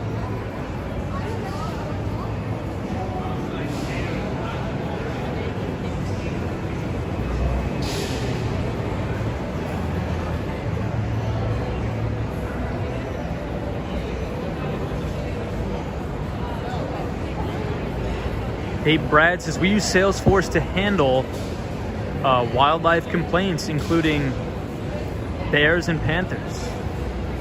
Very cool.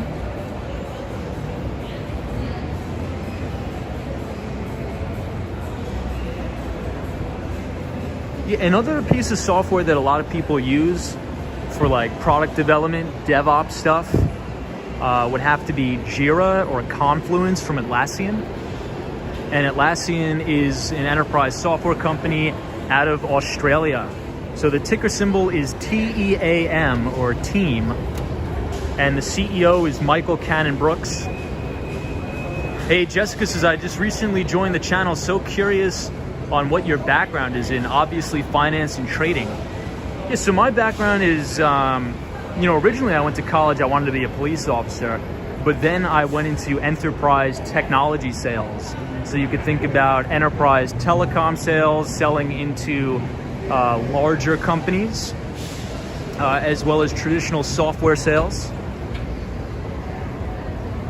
But I do have a very, large passion for finance, especially because if you look at the historical trends of the market, at least over the past 15 years, what are the type of companies that have driven most of the returns of the S&P 500 and the NASDAQ?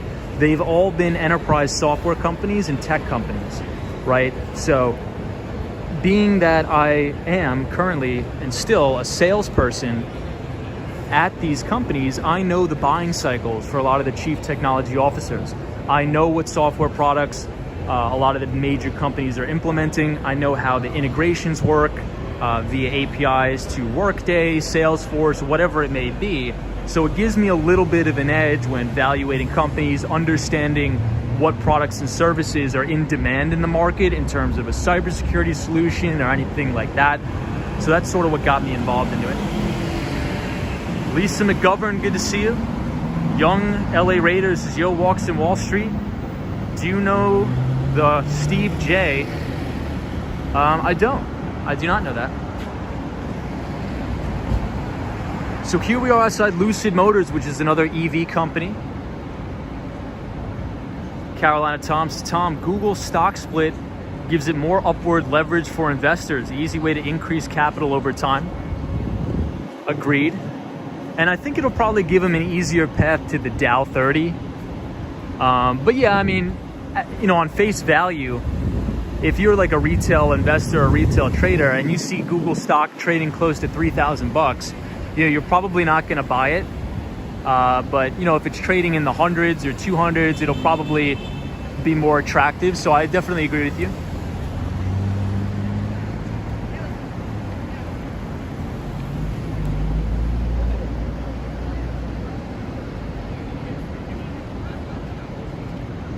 Oscar Diaz says, from what I know, APIs are vital for stock analysts. So, I guess it depends. If you're a quantitative and you're developing, systematic algorithms, maybe you could API into like an interactive brokers to run your trading algorithm or your trading bot or something like that. George says, Lucid, very cool.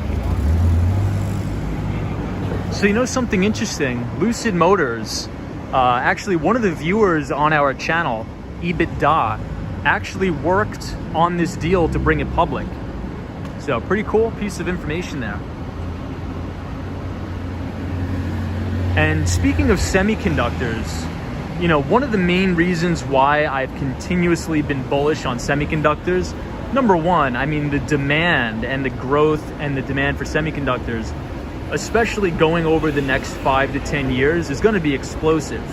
Even in my industry alone, it's almost impossible to get your hands on some necessary hardware because we're experiencing a global semiconductor shortage, right? So any major piece of technology or any major innovation that's going to come about over the next 5 to 10 years requires semiconductors.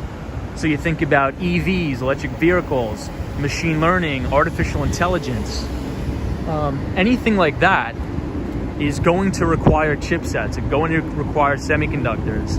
So I think that the semiconductor space as a whole is going to continue to grow. So any weakness here in the semis, I think could be bought near, relative support. Hey, Nathaniel Lee says, Tom, have you watched the Winter Olympics? So I haven't gotten a chance to, mainly because I've been so busy. But what about you? Any updates from the Olympics? Hey, Alton says, hey, Tom, how's it going? It's going really good. I hope you are well. Nicholas says, did you hear about what recently happened in Minneapolis? I did not hear about that. Triple G says Lucid Group trading at $26.80 after the close. Yeah, so Lucid was one of those special purpose acquisition companies, and I think a lot of those SPACs tend to be quite frothy. So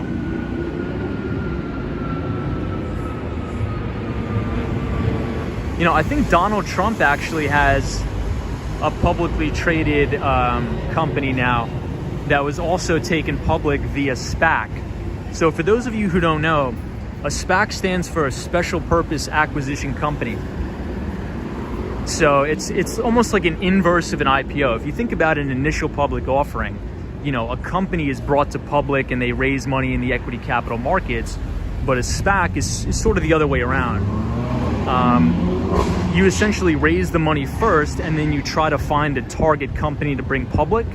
And if you cannot find that target company within the defined parameters of the contract, all of the money is then returned to shareholders and investors. So one of the biggest, I would say, money managers on the street that have really been pioneering SPACs is an investor called Bill Ackman. Yeah, Obama says DWAC. So the relative strength of that stock is actually pretty good, to be honest. But here's the thing, it has no earnings and has no sales. And as you guys know, I refuse to buy a company that does not have any earnings. But that's just me. So oftentimes I do miss out on a lot of these stock run-ups. It's just, you know, it's one of those things for me. I refuse to buy a company that does not have earnings. Hey, Pacific Desert Raid. This is Tom back in Vice City. Love the vibes out here. Good to see you. Pacific Desert Raid. So we are on the corner of Southeast 9th Street in Mary Brickell Village. Alton says, fun fact, I live about 20 minutes away from a Lucid factory. Wow. So how many employees do you oftentimes see going in and out of it? Karen Fox says, are there any Tesla fans here? I'm from Canada. I am a huge Elon Musk, huge Tesla fan. George says, Miami has their own crypto coin, by the way, Miami Coin. The city of Miami just cashed out $5.5 million on it. Yeah, I mean, the mayor of Miami, Suarez, seems to be a big cryptocurrency bull.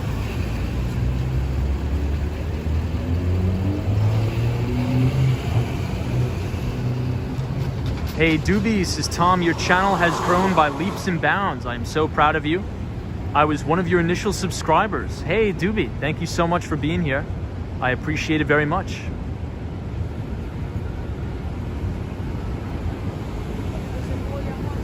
Numero Uno says, the US government is now exploring coming out with its own cryptocurrency. Yeah, you know, I think you're right. You know, we were talking about that. I think it's very possible for the Federal Reserve to issue their own central bank-backed digital currency. I think you're right, Numero Uno. Hey, Pacific Desert Raid says, Tom, how is the flight from New York City to Miami? You know, so here's the thing, right? I flew back on Sunday, but the only thing about it was there was a massive snowstorm, I think, or an ice storm in, what's it called? I think it was in Texas. I think there was a massive ice storm in Texas, and every single flight from JFK was delayed. So my flight was actually delayed a couple hours, but overall the flight was pretty good. You know, I got a lot of work done at the airport and such. Oscar Diaz says, I want to take my time and read Elon Musk's biography. I'm a big fan. You know, I've never read any one of the Elon Musk books, but I definitely need to do that. I definitely need to do that. Karen Fox, Tom, have you ever been to British Columbia? I have not. Brian says, is there a difference between cryptocurrency and a digital currency? No, I just think they're interchangeable. They're not mutually exclusive. Hey, George says, Miami looks great tonight. Sherry G says, Fed coin.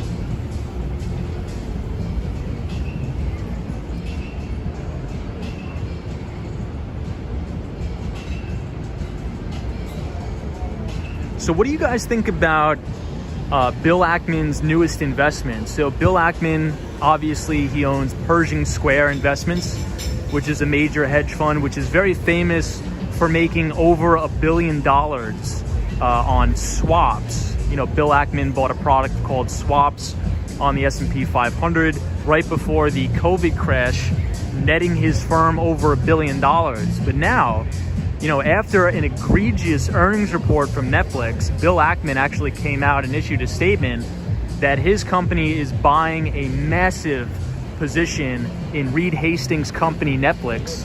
So what do you guys think about that? Are you bullish Netflix? Do you think Bill Ackman is going to get burned on this position? What do you think?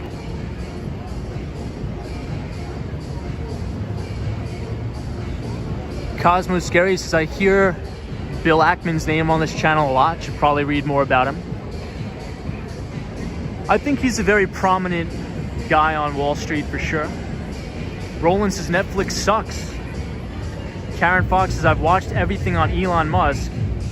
He's really weird but fun and brilliant. I can't wait for the Starship launch. Very cool, Karen. Thank you for your insight. So if you look into the distance, everybody, right here, this is actually the KPMG building. And they actually just announced that they are going to be taking a part of their company's treasury and investing it into Bitcoin and Ethereum. So big news out of them today. Kevin Sanchez says, hello, what's up, Kevin? K1M1 says, CA sucks. Good to see you, K1M1. Netflix says, Tom on board, or Penelope says, Tom on board with Netflix. Doobie says, Netflix 2.5 million subscriber additions in the current quarter, far fewer than Wall Street's expectations of 6.9. So we'll cross the street here. So I think what Dubé said was pretty interesting, right? So a lot of analysts on Wall Street have a lot of their expectations for these tech companies rather high. And I think the major reason for that is because if you look at the previous couple quarters, you know, their growth has been mainly driven by the COVID pandemic. Obviously, you know, Netflix was going to have blowout numbers during COVID because everybody was sitting around watching Netflix, right? So subscribers numbers went gangbusters, went through the roof. But now, something on Wall Street is called their comps. So the earnings comps are going to be really, really hard to beat. It doesn't necessarily mean that Netflix is not going to be growing. It just means that they're going into slight earnings deceleration. That's really all it means. But, you know, nonetheless, definitely interesting to see how it's going to play out. Hey, K1M1 says, thanks for the shout out, just subscribed. Hey, thank you for subscribing, K1M1. Hey, Zilch is here, says, what's up, dude? How's it going? What's up, Zilch? We are here in Mary Brickell Village. Carl Jones says, Miami is a giant mall. Alan Wilson says, you know what's missing tonight? Stacks of frozen garbage on the streets. I'm not missing New York. Jeez, Alan, so true. I miss New York a little bit. Not really. Steve H7 says, can you imagine Musk, SEC of Transportation? Secretary of Transportation.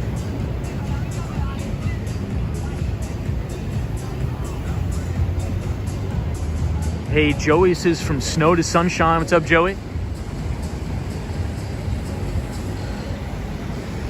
Carolina Tom says, Netflix will be within 15% of its current price 5 years from now. This is Carolina Tom.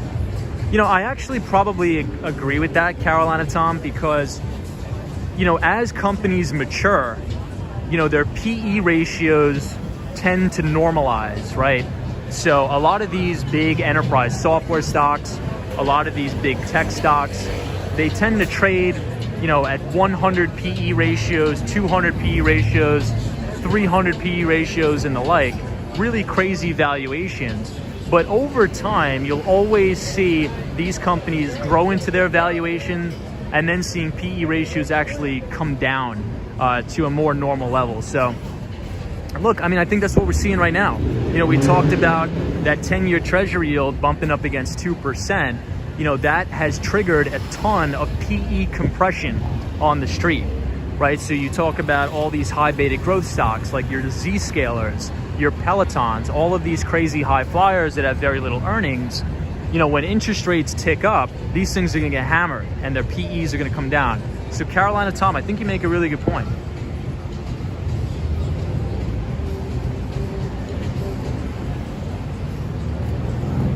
Hey, Oscar Diaz, good to see you.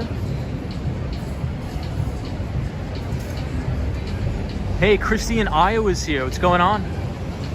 Nathaniel Lee says, my son, Alexander, says, I am watching the Winter Olympics 2022. Very cool. Square Bet says, Tom, I prefer YouTube to Netflix. What's up, Square Bet? Good to see you. Chris L says, hey, good night, Tom. Good night. Thank you for joining.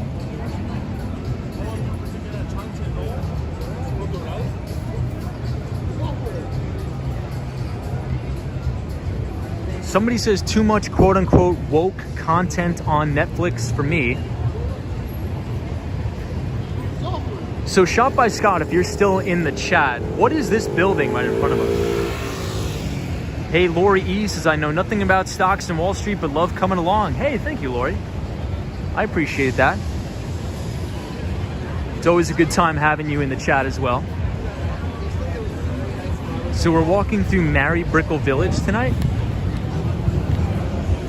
which, you know, we oftentimes walk around. And this is a Monday night, and it almost gives off a vibe of like a Saturday, maybe Friday. L. Matthews says that's the Flatiron Building. It's funny. Yeah, the Flatiron Building is under construction currently in New York City. And I believe somebody on the stream says it's going to be converted into apartments. Or condominiums, however you want to call it.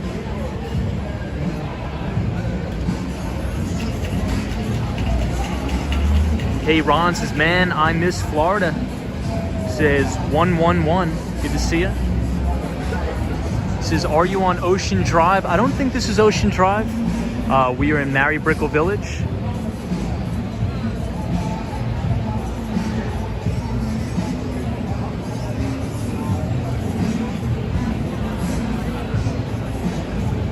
L. Matthews says that's what it's called here. Interesting.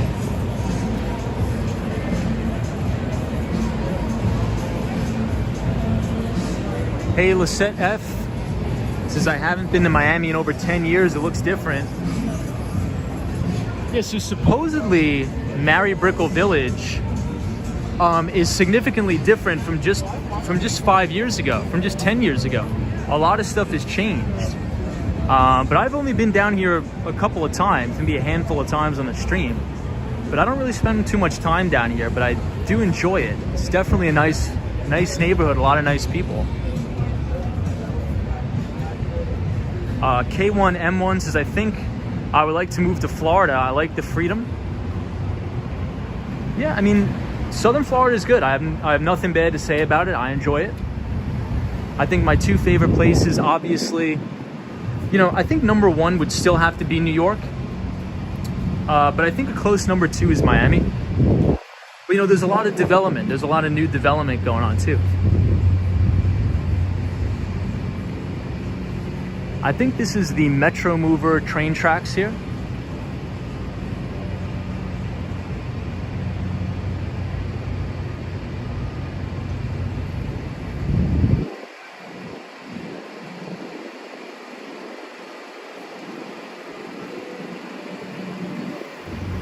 Shop by Scott says, Tom, go in that little pink building ahead to the left and you'll see it's called Brickell Flatiron.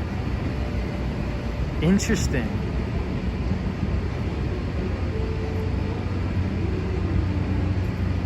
Marty McFly says Ocean Drive is South Beach.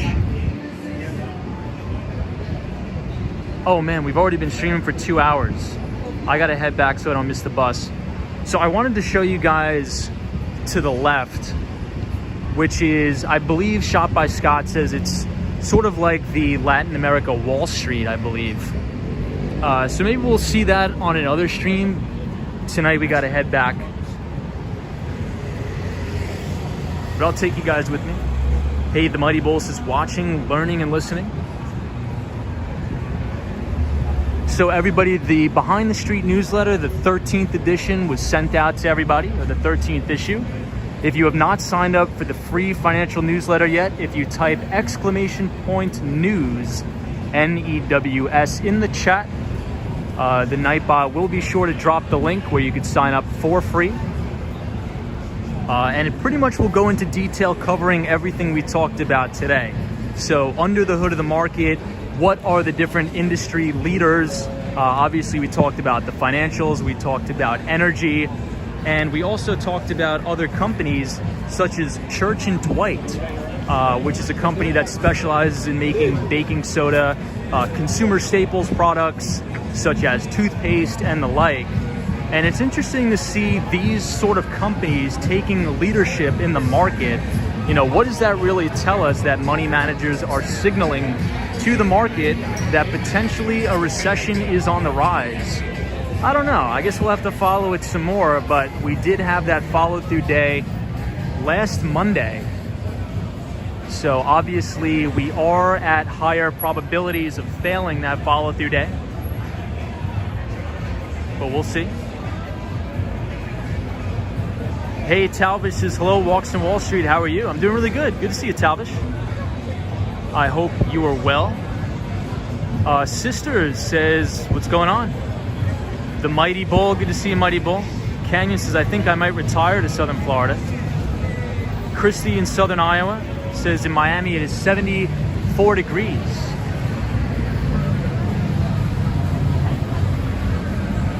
Penelope says, I like to read the newsletter after you talk about it. So pretty much tonight's stream was essentially talking about the newsletter.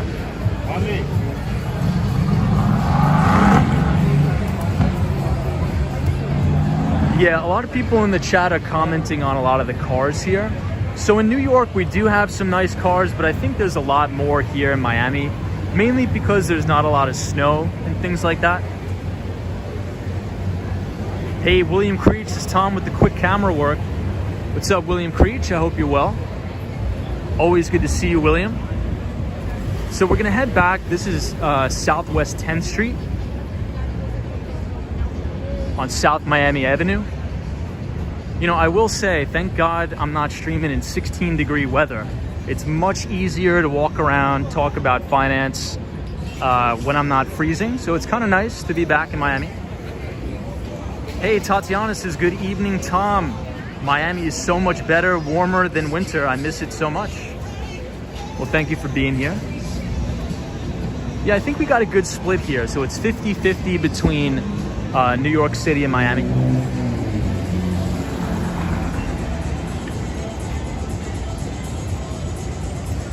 Numero uno says, I just screenshotted one of the your high-rise pants. I think this is a good one too.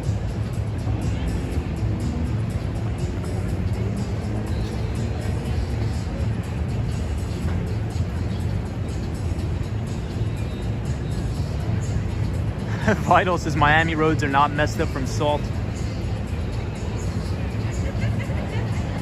So true. And I mean, you know, not for nothing, I've never seen one pothole in Miami for my whole time being here. And in New York, it's almost like you walk down the street and you would think you're walking through mortar fire. It's almost like there's foxholes in the middle of the street.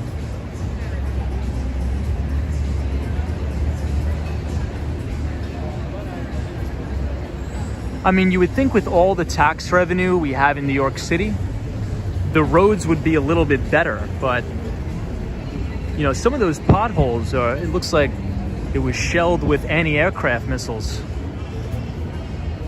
Hey, Carolina Tom says, Tom, my 1965 Cadillac Coupe de Ville will fit in perfect downtown there soon. Carolina Tom, you gotta come. You gotta come. I think you would enjoy it here, Carolina Tom. Alan Wilson says, Tom, are you sure the newsletter went out? I didn't receive it. So I utilize MailChimp, and sometimes when I click send, it takes like an hour or two to process. but I can guarantee you it should be in your inbox tonight because it goes out to everybody automatically.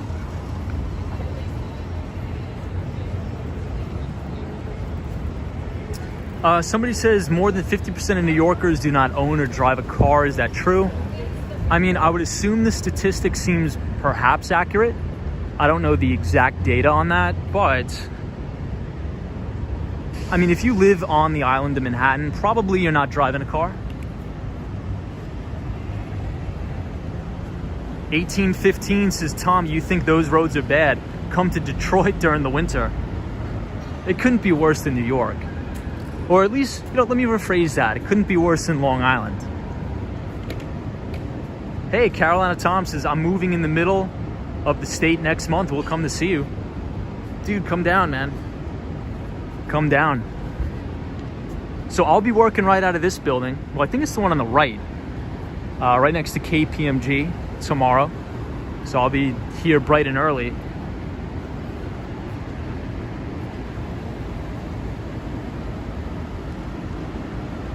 Hey, Juan. What's up, Juan? Says New Yorkers don't pay that much tax on gas or cars. But then again, Cali has so much taxes and we still have potholes everywhere. Oh my God. Juan, poor Juan. But good to see you, Juan. Hope you're well.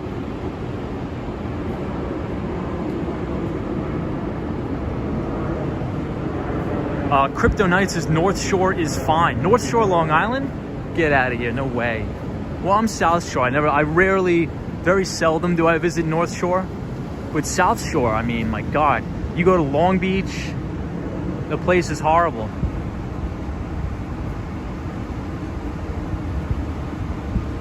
Somebody says Queens is terrible. For the roads? Eyeglass Lady says, I didn't get my newsletter either, and I checked the spam folder. Also got sign-up information, hope to see it soon. Let me check that out. When we end the stream, I'm going to check that out 100%. Sam Miguel says, Tom, why would so many cities in the United States have potholes? Probably corruption, I think. Wow, check out this moon here over Miami. Beautiful moon.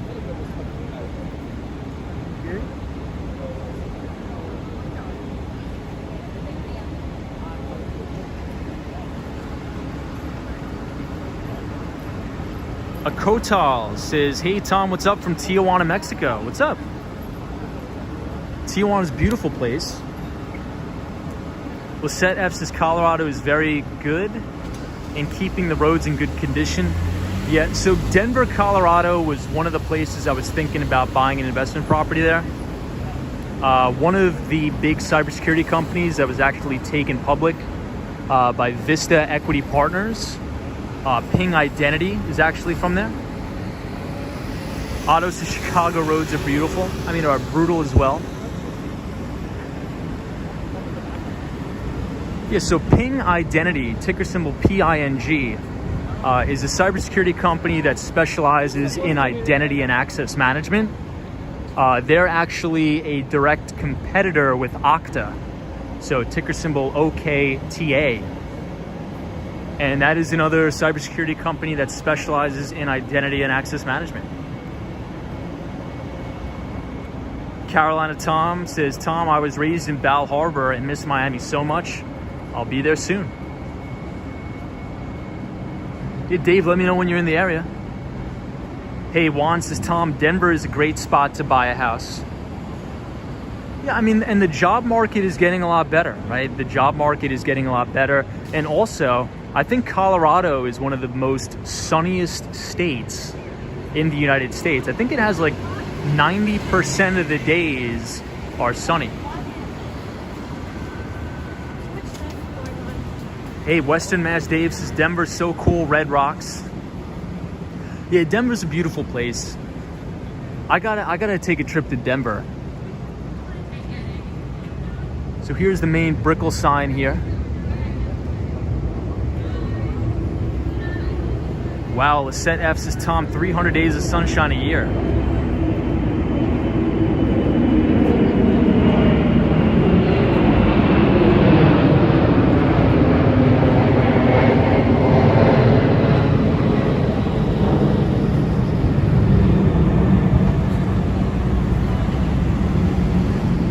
Hey, Parallel TV says, I know it feels way better walking around Miami at night versus New York right now. Yeah, I mean, even though we were quite bundled up, I mean, it's still a little bit of a pain walking around and it's, 14 degrees out. But I think I had a pretty good time in New York.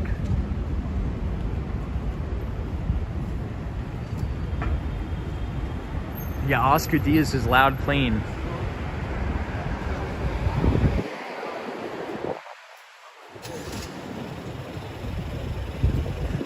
So I'm seeing a lot of people in the chat talking about red rocks.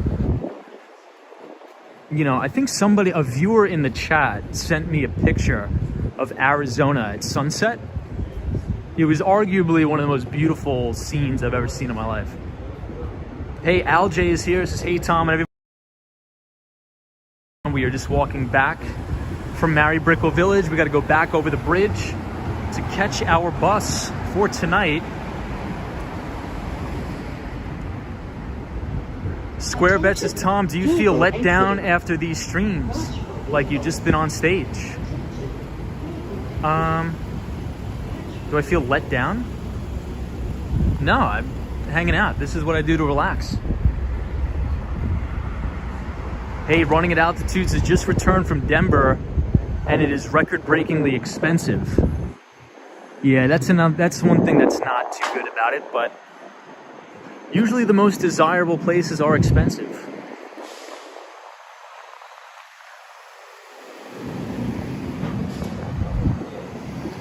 Susan Duffy says, Tom, I live in Jacksonville, Florida. We got some potholes, not much, but we have beautiful weather and in the winter, nice beaches. Susan, I'm not sure if I said it on the stream, but I'm actually headed to Jacksonville relatively soon. Not sure exactly when, but I will be there soon.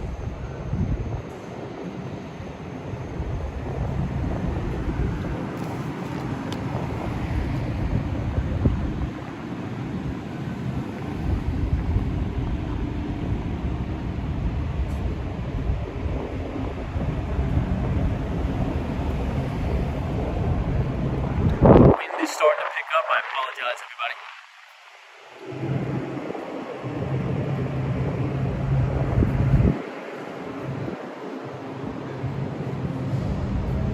Hey, Bless, since you take the bus late at night, do the bus drivers recognize you? You know what? Actually, yes. So I take the same bus almost every day when I'm here, at least the same time. And the bus drivers are great. I love the bus drivers in Miami-Dade County.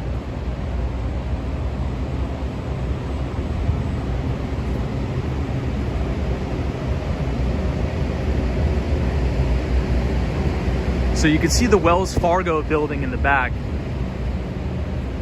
And we were just talking about on the stream, for anybody who's just joining in, the topic of tonight, we broke down a lot of things, right? We talked about the follow-through day that happened on Wall Street last Monday. We talked about position sizing, and we also talked about the leaders in the market, financials. We talked about companies like Church & Dwight and energy stocks.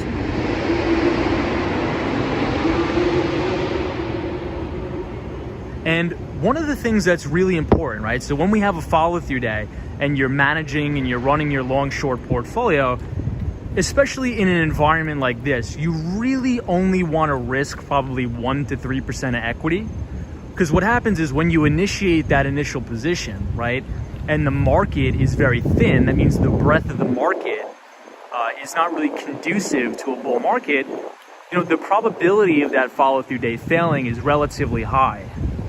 So if you buy something that has good earnings, good sales, good return on equity, I would start with a starter position. I really wouldn't put on much size, and I would limit the initial position to 1 to 3% of your overall equity.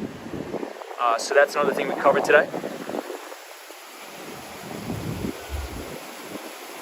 Hey, L. Matthews says, I live in Brickell and just discovered your channel this evening. Great content, love the finance and investment talks as you walk. Hey, L. Matthews, thank you for being here.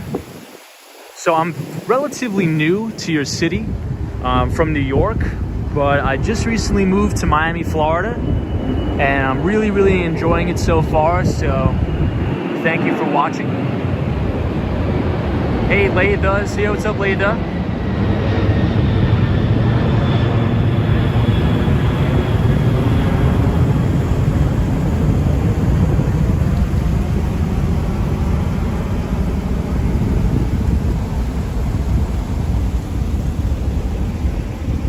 Parallel to TV, what's going on? Numero uno says Florida is a great live. Hey Layda, this is Tom. Glad you had a safe flight. Thank you, Layda. Appreciate it.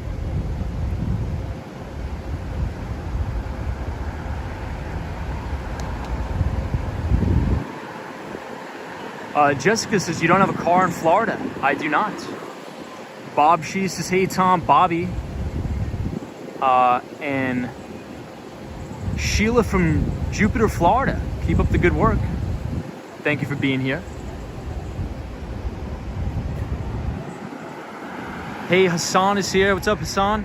This is enjoying your walk, man. Visit Pakistan. You'll love the culture and the food. Hey, what's up, Hassan from Pakistan? Good to see you. So you know what? I actually would like to visit Pakistan one day. But I think as of right now, with the COVID restrictions, are we even allowed to travel abroad? And so here's the reason why I ask. So I was going to go to South Korea just to visit, but here's the only caveat. You're technically allowed to travel to South Korea, but you need to do a mandatory 2-week quarantine when you get there. And I mean, how unrealistic is that? So they expect you to fly there and then quarantine for 2 weeks? I mean, like, how do people conduct business? I can't do that. So I'm not sure if it's on a country by country basis, but some countries out there, they're mandatorying a 2-week quarantine. I can't, it's almost impossible.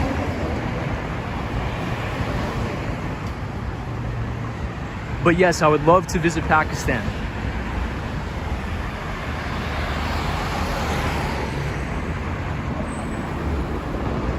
So this is the Aston Martin building here.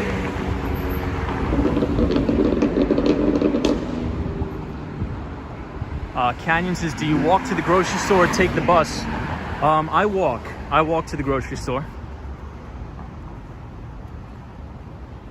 Any job recommendations for a 27-year-old?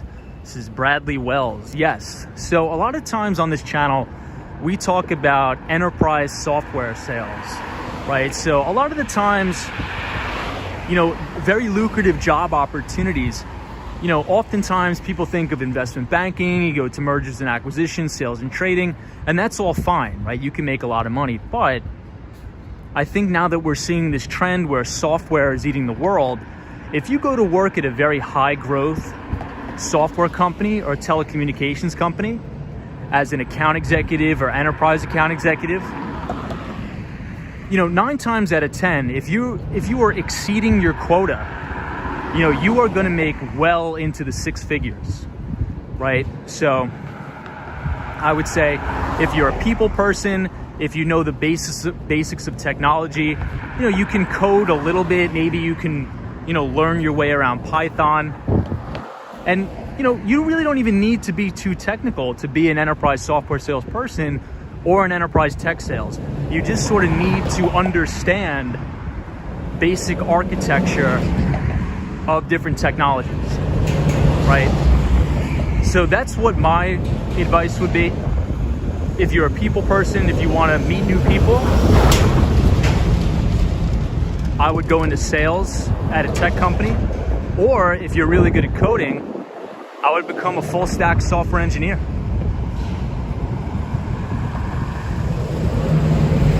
Hey, Kevin KP says Google's technical interviews are known to be the most challenging among the FANG interviews. This is Kevin KP.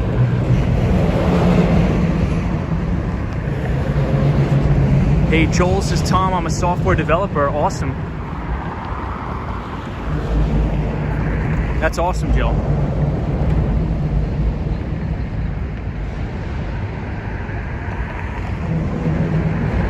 Hey, Layda, this is Tom. I'm loving the advice you're giving to young workers. Good to see you, Layda.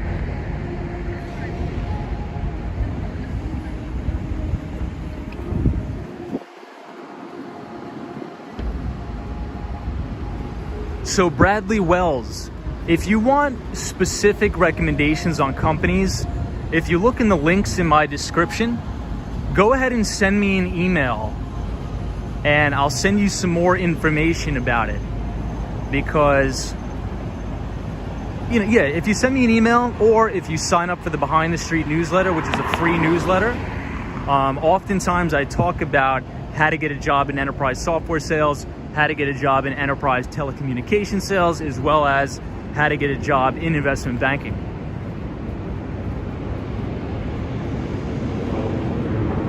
Yeah, Latha's like, this is puddles in New York. So true.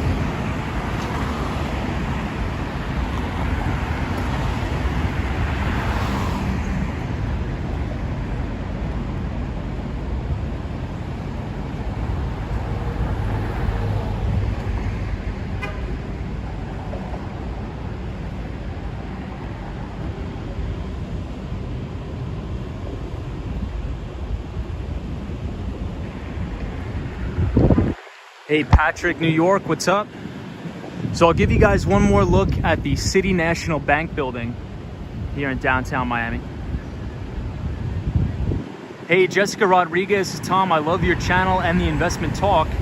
Glad I subscribed, hoping you come back to New York for the spring/summer.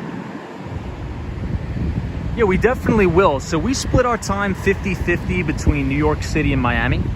So the vast majority of the time, we're either going to be streaming from right here in Miami or in New York City, mainly in Midtown Manhattan. Very seldom do we ever travel to the boroughs, but maybe once the weather gets nicer, we'll take a trip out to Long Island and I'll show you guys my neck of the woods.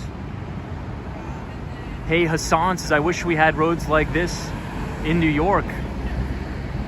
What's up, Hassan?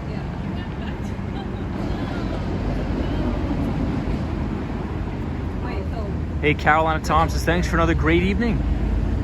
You as well, thank you.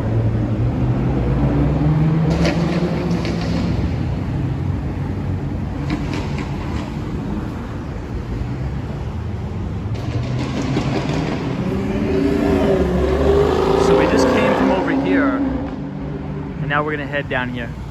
Hey, Sunshine After Rain is here. It says, nice, Tom, can't wait for Long Island. Yeah, Sunshine, maybe we'll do a boardwalk stream during the summer in Long Beach, New York, perhaps, which is on Long Island. So maybe we'll do that. Maybe Jones's Beach too. I'm not sure if anybody's familiar with Jones Beach.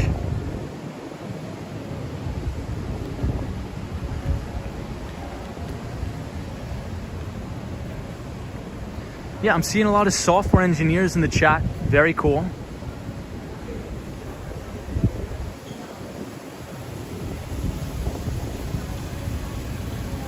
Hey, Lou Rodriguez, what's up, Lou? Says that building looks like a cake. So this is the JW Marriott in Miami.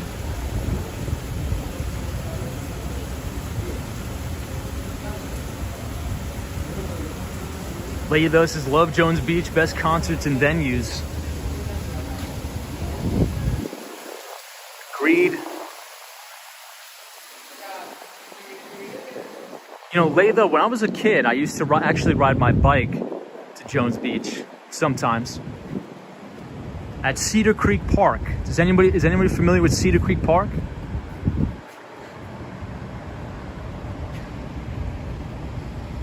Hey, Alf says, we'll be good if you get another camera with better quality. At night is not good for live. Hugs from Lisbon. What's up, Alf? Thank you for joining. Roy S. is the only thing better than all those luxurious cars in Miami is Tom's Wounded Knee skateboard. Hilarious. We're going to bring it back. Don't worry, we're going to bring it back. Hey, Alexander from Russia. Thank you so much for 179 Russian ruble. Says, with love from Russia. Love Russia. Thank you so much.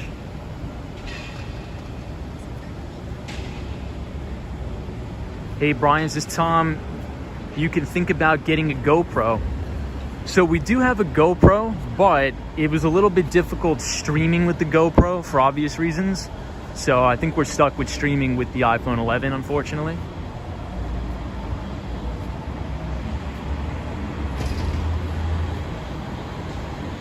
But the last thing I'll say is, in this week's Behind the Street newsletter, I did include a photo of the Investors Business Daily paper on page, I believe it was A14. So the first of every month, IBD publishes a list of all of the top buys of the best performing mutual fund managers on Wall Street. Right, so I think it's really important to see where a lot of the smart money is moving on Wall Street, and it'll give you a good idea of cyclical rotation. And usually we're used to seeing, the Atlassians, the ServiceNows, all of these big enterprise software stocks being on the new buys list. But what we're seeing now are again, a lot of the oil and gas companies. So it's really indicative of the market we have, where if we have all the major indices below their 50-day moving average, and a lot of the, let's just say, the alpha being generated in people's portfolios is coming from oil and gas and cyclical companies, especially companies like Dwight, Church and Dwight, which make baking soda. What does that really mean for the outlook of the overall economy? I'm not saying it has to stay like that forever, but just be aware of that when you're trying to buy big tech companies and big software stocks right now, because it does increase the risk.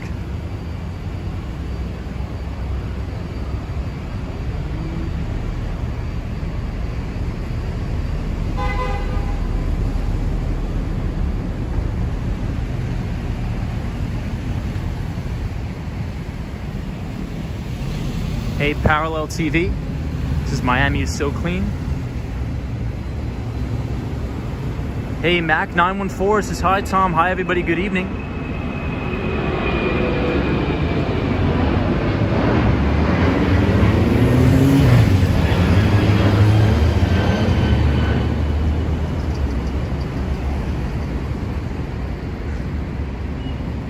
So everybody, we will call it a day or a night right here. I can't believe we've already been streaming for 2.5 hours. I wanted to make it an hour-long stream tonight. So I appreciate everybody joining. Thank you so much. If you enjoyed this live stream, feel free to leave a like on the video and subscribe if you are new.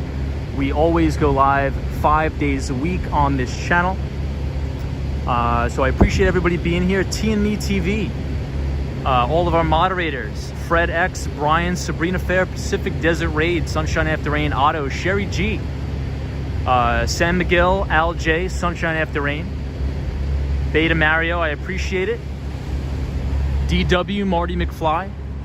And once again, if you type !news, NEWS, in the chat, it will drop the link to the Behind the Street newsletter. The all-new 13th issue will be sent out tonight, I can guarantee it. So K1M1, appreciate it. Photos from around New York, Penelope, Latha, Al J, Roy S, Sabrina Fair, Brian, Vikram, Penelope, Beta, Ebit Da, Sunshine After Rain, Lily Ray, and to the mighty bull, have a good night wherever you are, because there is always a bull market somewhere. You just need to know where to look. And I'll see you guys right back here in beautiful, sunny Florida right here tomorrow.